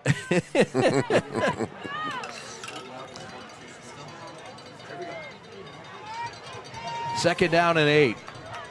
Play action. Out route, incomplete, nearly picked. Oh, was it picked? What's the call? Was it an interception? Jeremiah Beasley. Wow. It is. Interception, turnover, Tigers. The Michigan commit, Jeremiah Beasley. Impact player, making impact plays. You said it. A deflection. And how about the concentration by Beasley? Tipped by his teammate, got a foot down, maybe 2. Only needed 1, and how about it? Beasley all over the field on both sides. Mr. Everything. We know we're talking about Bryce Underwood, but he has a great surrounding cast that's making a lot of plays, and Jeremiah Beasley is doing it on both sides of the ball, and you can see why the University of Michigan is very excited about what they're getting out of him. Best field position of the day for Bryce Underwood here on the 36-yard line. Short field with this offense. A recipe for points typically. There's a swing pass right side, set up beautifully. Reed breaks a tackle up the right sideline. And a flag is down. Colby Reed with a catch in the run. A flag down. Here's the replay. Well timed by Bryce. He's seen a little bit of screen action to kind of slow down that blitz. Northville's had some success on defense the first 2 series, so you see that great call by Spencer McCourt to try to throw him off a little bit with the screen call on first down. There is a flag, and this one's coming back. I don't know if it was after the catch and downfield. I think it was. It is holding, so it's going to be first down and about 7 after the penalty, or 2nd and 7.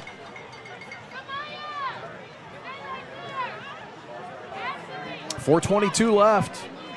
The championship of the KLAA to be decided right here, right now. Belleville trying to scratch the surface in the second half. Northville has stood tall defensively. Bryce going deep, got a man just over the arms of Sims. And it's incomplete.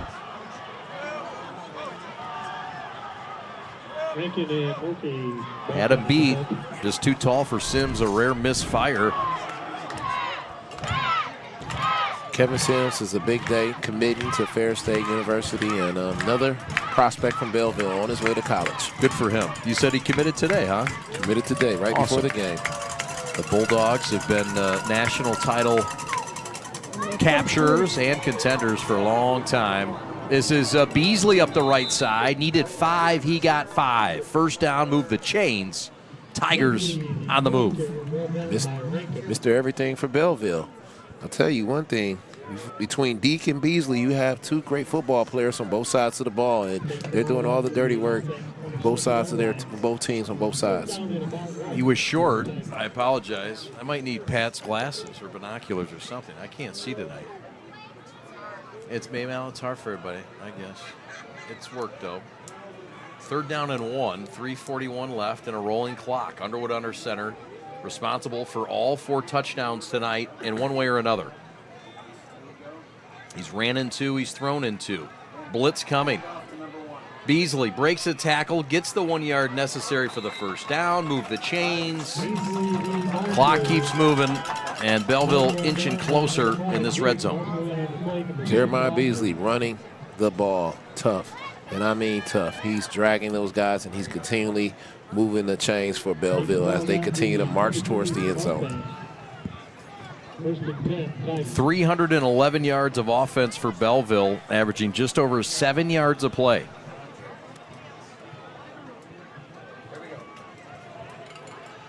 We've seen just 1 turnover in this game, and that just happened on the previous series. An interception on a tip ball and a pick by Beasley. End zone, got a man, caught, touchdown! Kevin Sims, his 2nd of the night. Tigers tack on another, 34-0. That's why he's the #1 player in America, Bryce Underwood. They're catching it, but he's sure enough throwing it. See ever. Look at this dime. In stride, between a couple defenders, no big deal.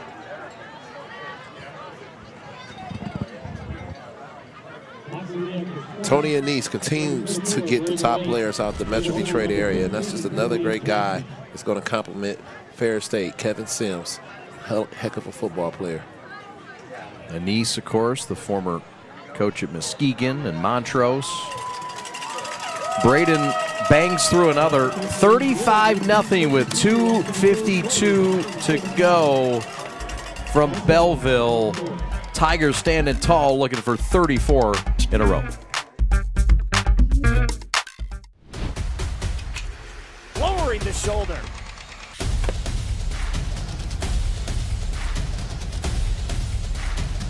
Swing and a miss. McKinley scores! And it's going to be a challenge for us. I mean, they're a really talented football team. I think everybody knows that. 4 wide receivers. Pressure, steps up. Marshall wants to run again. Cuts down the middle of the field. All alone. Touchdown, Warriors! What a cut.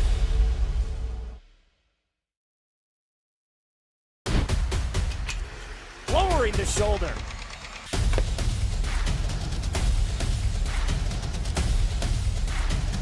Swing and a miss. McKinley scores!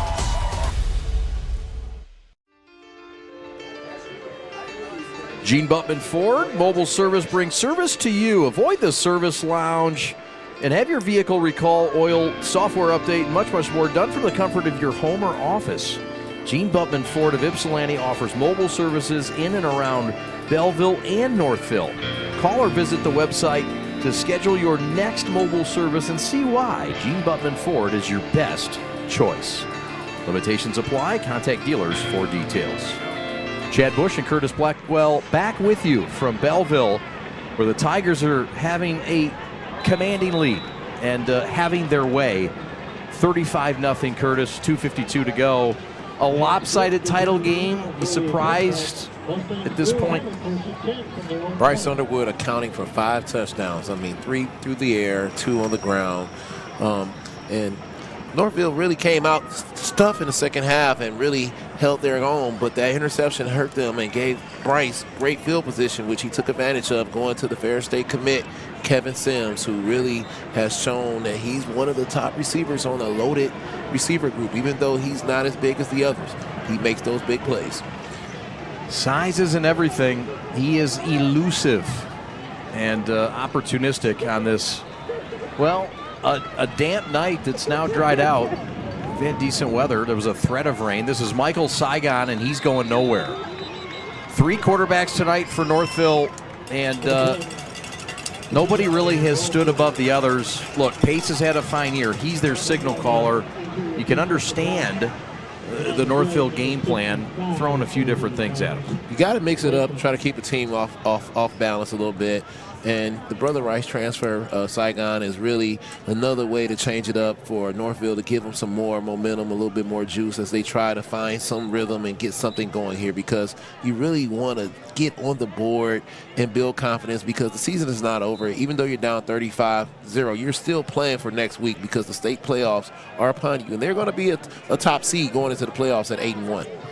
Let me ask you, with the game perhaps a little out of hand, are there certain things that maybe you're not calling right now if you're Northville, maybe not to tip your hat a little bit? Is that something you think about maybe? Yeah, look at that. Great play. Saigon pulls it down, keeps it, and shows why he's in there. To make running plays, it's a first down. And just the third play over 10 yards in this game for Northville, and it comes by way of the Brother Rice transfer. Phenomenal play. I mean, he's running that ball hard, and that's the thing about changing up the quarterbacks a little bit. You get some momentum, and you bring in some fresh legs, and that helps keep the offense moving and keep the momentum rolling, because you really want to stay in this game and you want to fight, and that's what impresses me about this Northville team. They're here and they're fighting it. They are, and it is impressive. Some rivalry games going on. Seaholm 14, Grove 7. We'll be at Seaholm next week for the playoffs. Dakota has put one more on the board. They lead 17-0 over St. Mary's. We got a highlight. This ball is loose, and it is picked up by Belleville inside the 10. Fumble on the snap, and it was picked up by number 29, Christopher Easley, deep in Mustang territory. Here's another look. High snap. And this is sort of the danger, right, of playing different guys, not used to situation scenarios. This can be one of the downfalls of it. Yeah, kind of throw off a rhythm a little bit, especially when you're changing it up. And that's giving Belleville, once again, great field position. One turnover on the previous drive set them up, and this is the second turnover. We got a highlight from Orchard Lake, and Jabin Gonzalez sacked, and a fumble return touchdown the other way. Dakota ups that lead now in the third quarter, 17-0 in Orchard Lake. Again, St. Mary's needs to win that game to get to the playoffs, and they're under the tutelage of the fine second-year coach Jermaine Gonzalez, former All-American out of Orchard Lake, former Wolverine, and that's a rebuilding program. Here's another look here, Curtis, at that ball play. He almost covered the fumble, but they were there to push him off of it, and that's a big-time play for Belleville as they start. Get ready to start the fourth quarter. Wow. Last play of the third quarter. You believe it? It snuck up on us. That's the end of the third quarter. Coming back with a fourth quarter, 4 fingers in the air. Liven up this booth a little bit. It's Alex's birthday tomorrow. Let's go out with a bang. We're back to Belleville right after these. to shoulder.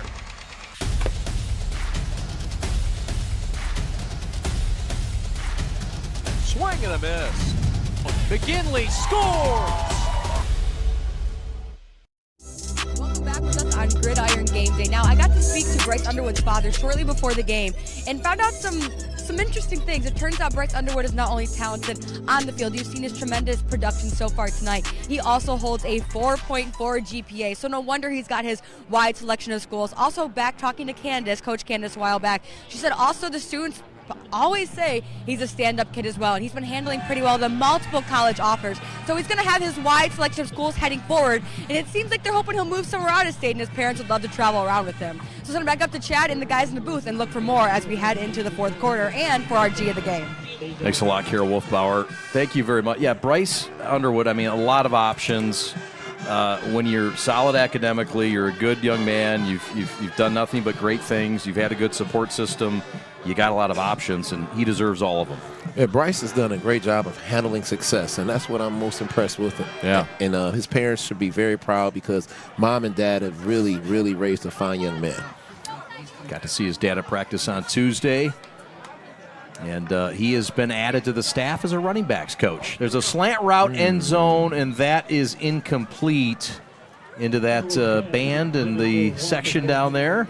That's the place that I would want to hang out. If I didn't play football and I just come to a game, that's kind of the seedy area I'd love to sit for a ball game.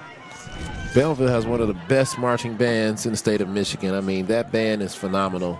You can see why. 2nd down and 8. 2nd and goal. Belleville trying to add to this 5-touchdown lead. Quick hitter left side. It's caught by Antoine Thomas. And Thomas is tackled quickly by number 5. That's Evan Deek, the linebacker. They're trying to get number 4 in the end zone. Evan's still flying around making plays for Northville.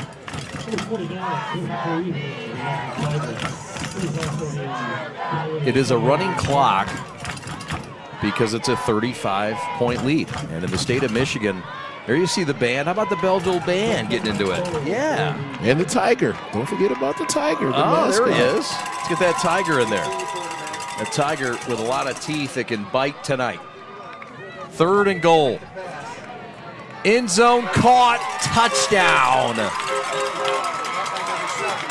Touchdown by number 7, Manny Peoples, the 6'1 junior. It's been 4 different end zone targets for Bryce, and they keep coming at each angle. Receiver number 8 for Belleville. Man. Wow. I'll tell you one thing, Bryce is spreading the ball around. Quick drive there. 3 plays, 7 yards. It took a minute and a half. And here comes Lane for the extra point to try to make it 42-0.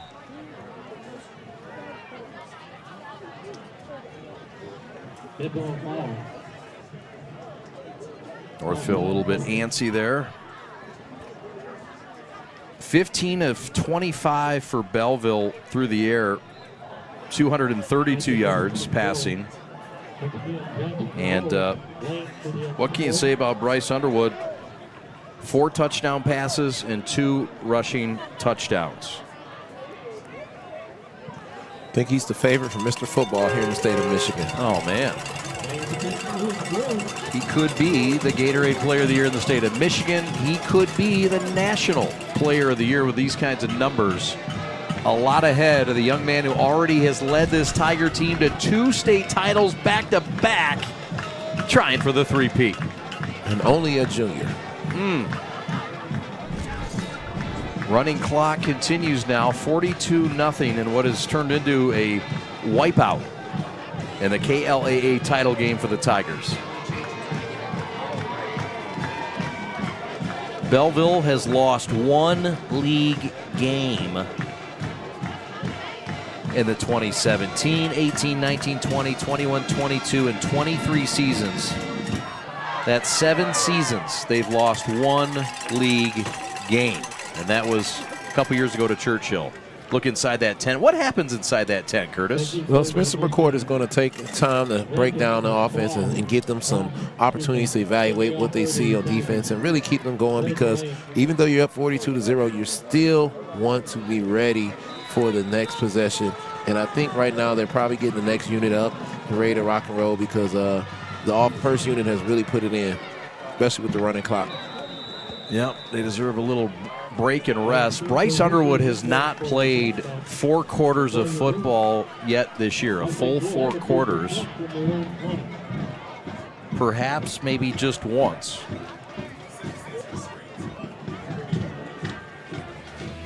You take a look at the Northville Mustangs, KLAA West Division champs. And they're a good-sized school, 2,500. District champs in 2000. Had that wonderful 2015-2016 season. Look, they're not abstained from excellence. It's a high standard at Northville, but they're in their first year, and you just do not know. Jake Moody, All-American kicker who's playing with the San Francisco 49ers.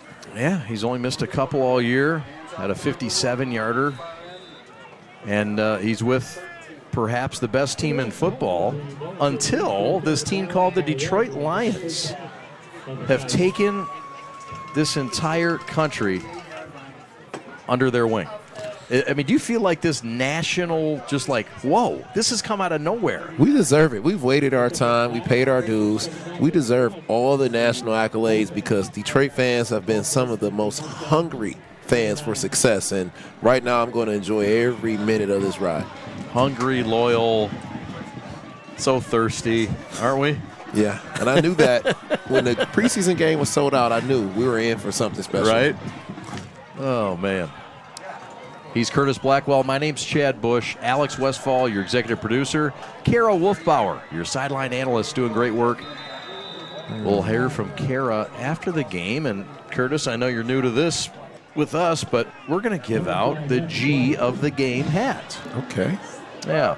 And so this is what we'll do after the game to the best player in this contest, who I think we all kind of know who that might be. Take a wild guess. Cat's out of the tiger's out of the bag. I think on that one. Meow. Oh boy. Northville 1st and 15 from the 29. We're headed to the Red Rooster after this one. We want to thank them for their patronage, and we'll give back.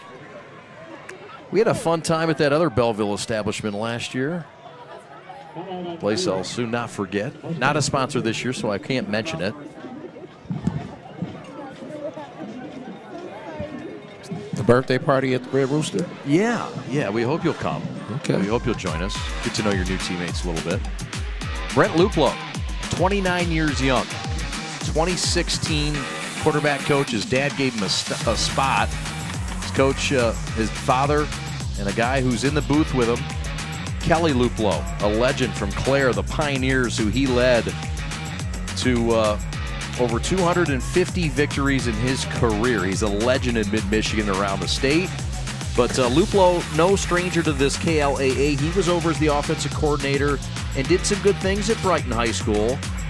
And, in fact, they beat this Belleville team with Luplow as the quarterback coach and assistant for Brighton.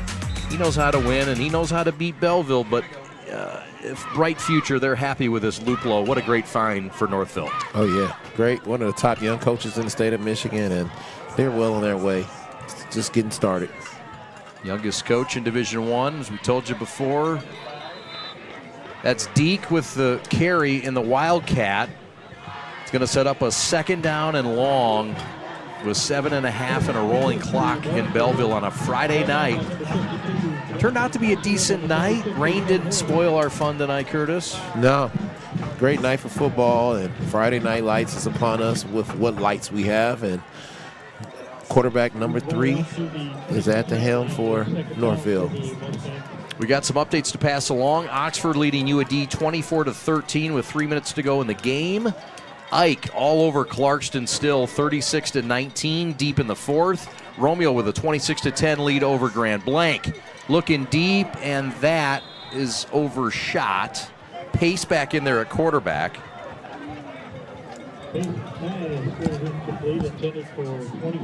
Third and 15 coming up here, and let's see if they can get a first down. And this clock is running, and I think, at this point, Northville's just trying to find a way to get on the board and build some momentum as they head into the state playoffs. You don't want to do anything crazy, but you definitely want to close the game out strong. Yes, sir. Here's a highlight from Dakota, and Dakota scores again, 24-0, and looks like the Cougars are well on their way. Team from the deep northeast in Metro Detroit. Pace over the middle, got a man deep, and he couldn't hold on. It was a bit of a Willie Mays type catch, but man, that's got to get done. Mr. Everything couldn't do it on that one play, but I'll tell you one thing, a couple of drops here for Northville has really hurt their momentum on some drives. Fine presence from Pace, and yeah, it wasn't the easiest of locations, but that's what it's been like for Northville on this Friday night, Championship Friday, the final week of the regular season in high school football. Belleville looks like there'll be a top seed going into the playoffs and play some more home games and a little bit more Red Rooster. I love it. You're buying in. Oh, that is, I don't know, a punt of 5 yards? Yeah. Well, we'll see what happens here. 5 minutes left. We definitely want to thank our friends at Winter Services.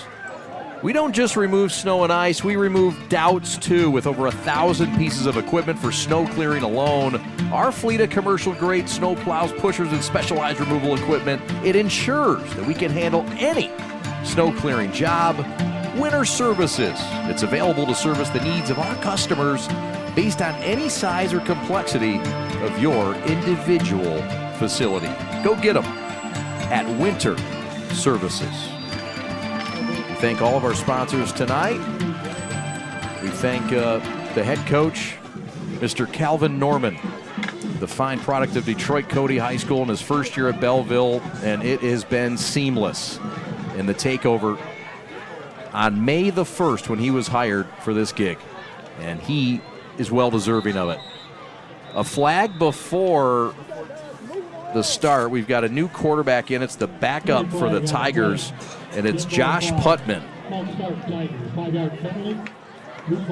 Putman's had a lot of time this year. When you're the backup to Bryce Underwood and you've been beating teams and blowing the doors out of them by 40 or 50, you get to know the backup a little bit. Senior quarterback, and definitely has gotten his chance to get some film, and I think that's all you can ask for as you head out and close out your career, that you get a lot of time to play, because most quarterbacks don't play that much. Putman's got 3 to the right, 2 to the left, empty set. And we've got a flag and a little bit of movement, and the ref's going to tell the lineman what he did. I like that. Moving the ball. Once the ball is on the ground, you can't adjust it. That's triggering a false start. Take the ball back to the outside 43. Center asked, what'd I do? And the ref said, well, here's what you did. So 1st and 20, 4:10 left. Putman in. He's in the gun. Right side, incomplete. He was trying to find the talented senior who's already found the zone tonight, Joseph Stevens, but it's incomplete. That will not stop the clock with 2nd down and 20 awaiting the Tigers. In plus territory with 3:45 remaining. And the Tigers sniffing a 34-game win streak, the state's current longest streak. Josh Putman, the senior quarterback, hands off to Beasley, the Michigan commit. Pushes forward for a few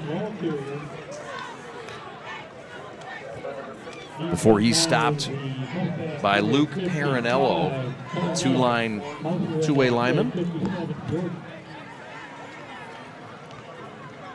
We want to thank Brent Luplow, the head coach of Brighton, the head coach of Northville. I'm sorry about that.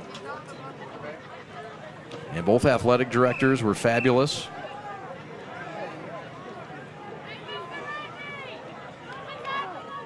Player on the field late. Officials didn't catch it. And that's okay. Catch is made by number 3. That's Joseph Stevens again. And Josh gets a completion. Good to give your backup quarterback. I mean, God forbid, right? But you want your backup quarterback to get reps in games like this. Right. You hope nothing would happen ever to your quarterback on either squad, but you got to have the backup greased a little bit, don't you? Yeah, and I mean, he's trying to go to college too. He wants some film, and it's an opportunity. I know you're looking like, why are you throwing the ball? But sometimes you want to build that resume because this guy's going to go to college and play the next level as well. Okay, this will be a 46-yard attempt for Mr. Lane out of the snap along and the hold of Johnson. Braden Lane from 46. And that is just short. Wow. He has a leg, though. He really does. About 3 yards short of the goalpost. So, one more push for Northville on offense with 90 seconds remaining. Mario Stewart, defensive coordinator for Belleville, has to be commended. I mean, this guy, first-year coordinator, has done a phenomenal job. I mean, you can't ask for a better performance playing to a high level week in and week out, and to come out here and get a shutout against a great Northville team is impressive, and that's the type of momentum you're going to carry into the playoffs. And this is a nice staff Belleville has assembled with Mario and Coach McCourt, with the legend, or the OG, what we'll call Coach Norman, man. He's been around. He is an OG. Pace is going to throw right side deep. Got a man incomplete. Yeah, it really is overlooked perhaps, but this was a Northville offense that has put up some points. They put up 28 in a 2-touchdown win against Novi last week to get to this game. 55 against Heartland, 49 against Salem, 50 against Canton, 50 against Plymouth. Wow. I mean, you know, they put up some numbers this year. It wasn't an easy offense to stop.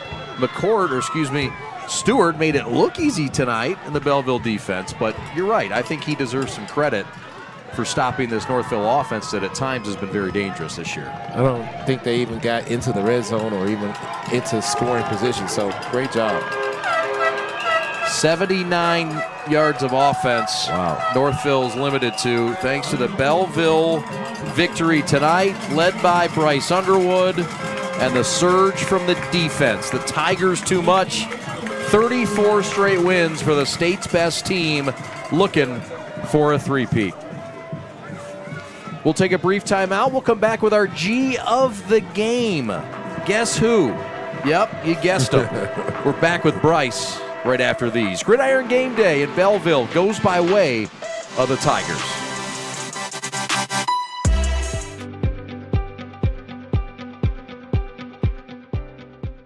We're John Goodman Real Estate. And we're a family team committed to providing you exceptional real estate services centered around your needs.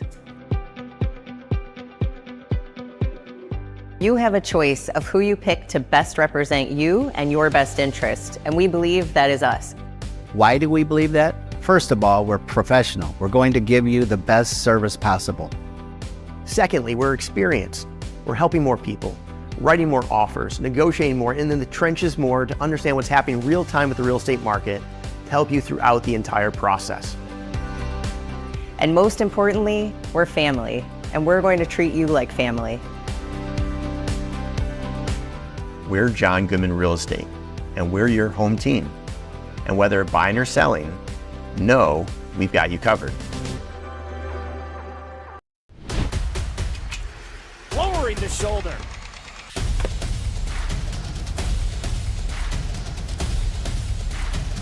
Swing and a miss.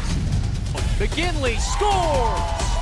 And it's going to be a challenge for us. I mean, they're a really talented football team. I think everybody knows that. 4 wide receivers. Pressure, steps up. Marshall wants to run again. Cuts down the middle of the field. All alone. Touchdown! Warriors! What a cut.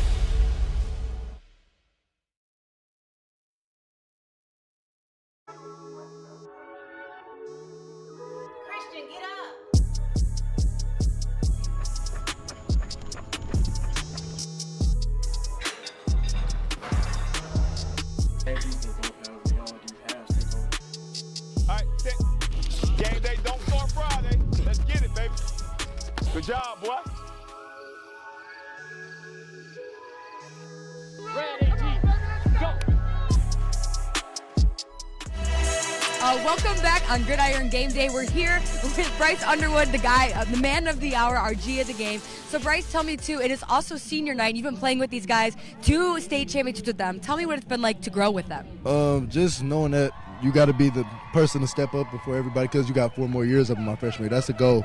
So with that being said, I can't let these guys down. Say senior night, we had to come back up with the win. So I'm not going to let my seniors down and not make it to the championship. So got to get them one to leave as well. So.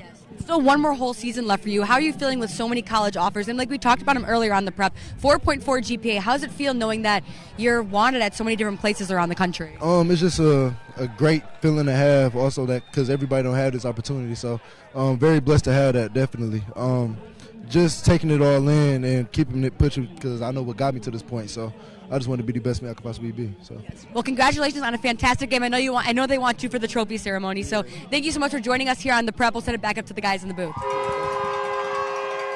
What a stud. Thank you very much, Kara. Great work all night. And congratulations to Bryce Underwood, our G of the game. That looks good on him. 19 showed out tonight, didn't disappoint.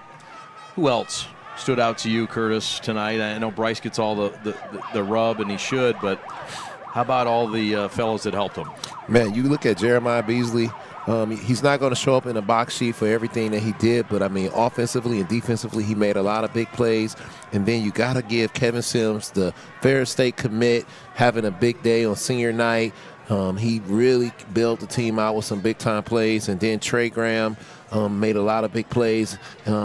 I think those guys are unstoppable on the other end. I mean, you have so many receivers that can make plays that any one of those guys can take it the distance. It's hard to match up against a team like this with a quarterback as good as Bryce. And Bryce made a lot of great decisions, and he beat them on the ground and through the air, which is something that most people don't give him credit for. He really did. The rushing numbers say 33 yards, but it was better than that. Some of the losses he took negated. Here's some of the highlights in Underwood. Just saw a couple of runs in. He didn't discriminate. 4 different touchdown passes to different targets. He would run it in a couple of times, and a 2-point conversion as well. But this was the night of Bryce and the Tigers, and they started off quick and fast after stopping on defense, getting that 4th down stop, turnover on downs. That Belleville defensive unit, I mean, we got to commend those guys. Mario Studer had those guys ready to go. Ronald Jackson came up big on the front line with 7 tackles and 1 tackle for loss, and Jeremiah and Adrian Walker and Rashad Jones, the kid that just got the offer from Purdue. But holding a team like this to 79 yards of total offense, I mean, it's hard to dominate a team like that, and I think that was the difference in the game. I do too. You see the fine play this time by Trey Graham, and it was an attack in the air, and there's the interception. Underwood did it all both ends. Sims touchdown, and really just had their way against a very good defensive 7. It's a very good defense, but I mean, his coach, Coach Brent Luplow, and other coaches have said this might be one of the best front 7s in the state. And they got, Belleville's doing that at this level against a good defense. Speaks volume. You got to keep in mind, Big Mo didn't play today. That's right. Belleville didn't have all their linemen, and they looked pretty dang on good. And man, I'm looking forward to seeing what the state championship run can be for Belleville, because this team has all the tools, all the weapons, and Coach Norman has these guys playing at a high level, and that's what it takes to three-peat in the state of Michigan, where you have high expectations and everybody's hunting from you. A lot of fun tonight. Thank you very much. You did a great job, man. We enjoyed it, and I'm looking forward to seeing you guys continue to grow this network. I mean, this is a phenomenal thing you're doing for high school athletics. When I was coming up, we had nothing. I mean, nothing like this. And so I just want to credit you all for taking the game to another level, because our kids deserve the opportunity to be exposed on a network and a platform like this. And so this is fun to be a part of, and I'm going to help spread the word so that more people can really take in and support this movement, because this is truly a movement for our young people. We have a lot of talent, and people need to hear their stories, and this gives us a chance to tell our stories. Thank you, sir. Really appreciate that. Sound Mind and Sound Body Academy, Curtis Blackwell on color commentary tonight. Thank you, sir. I want to thank our entire crew for doing outstanding work. Carol Wolfbauer as our sideline reporter, doing great work with reports. And Jeremy Haste on the parabolic tonight. Chris Rose on a camera. Matt Schwartz, the Schwarzenator, on camera 3. Kyle Buchanan on camera 2. Devon Bentley, welcome to the crew, on camera 1, fighting through a broken wrist and all.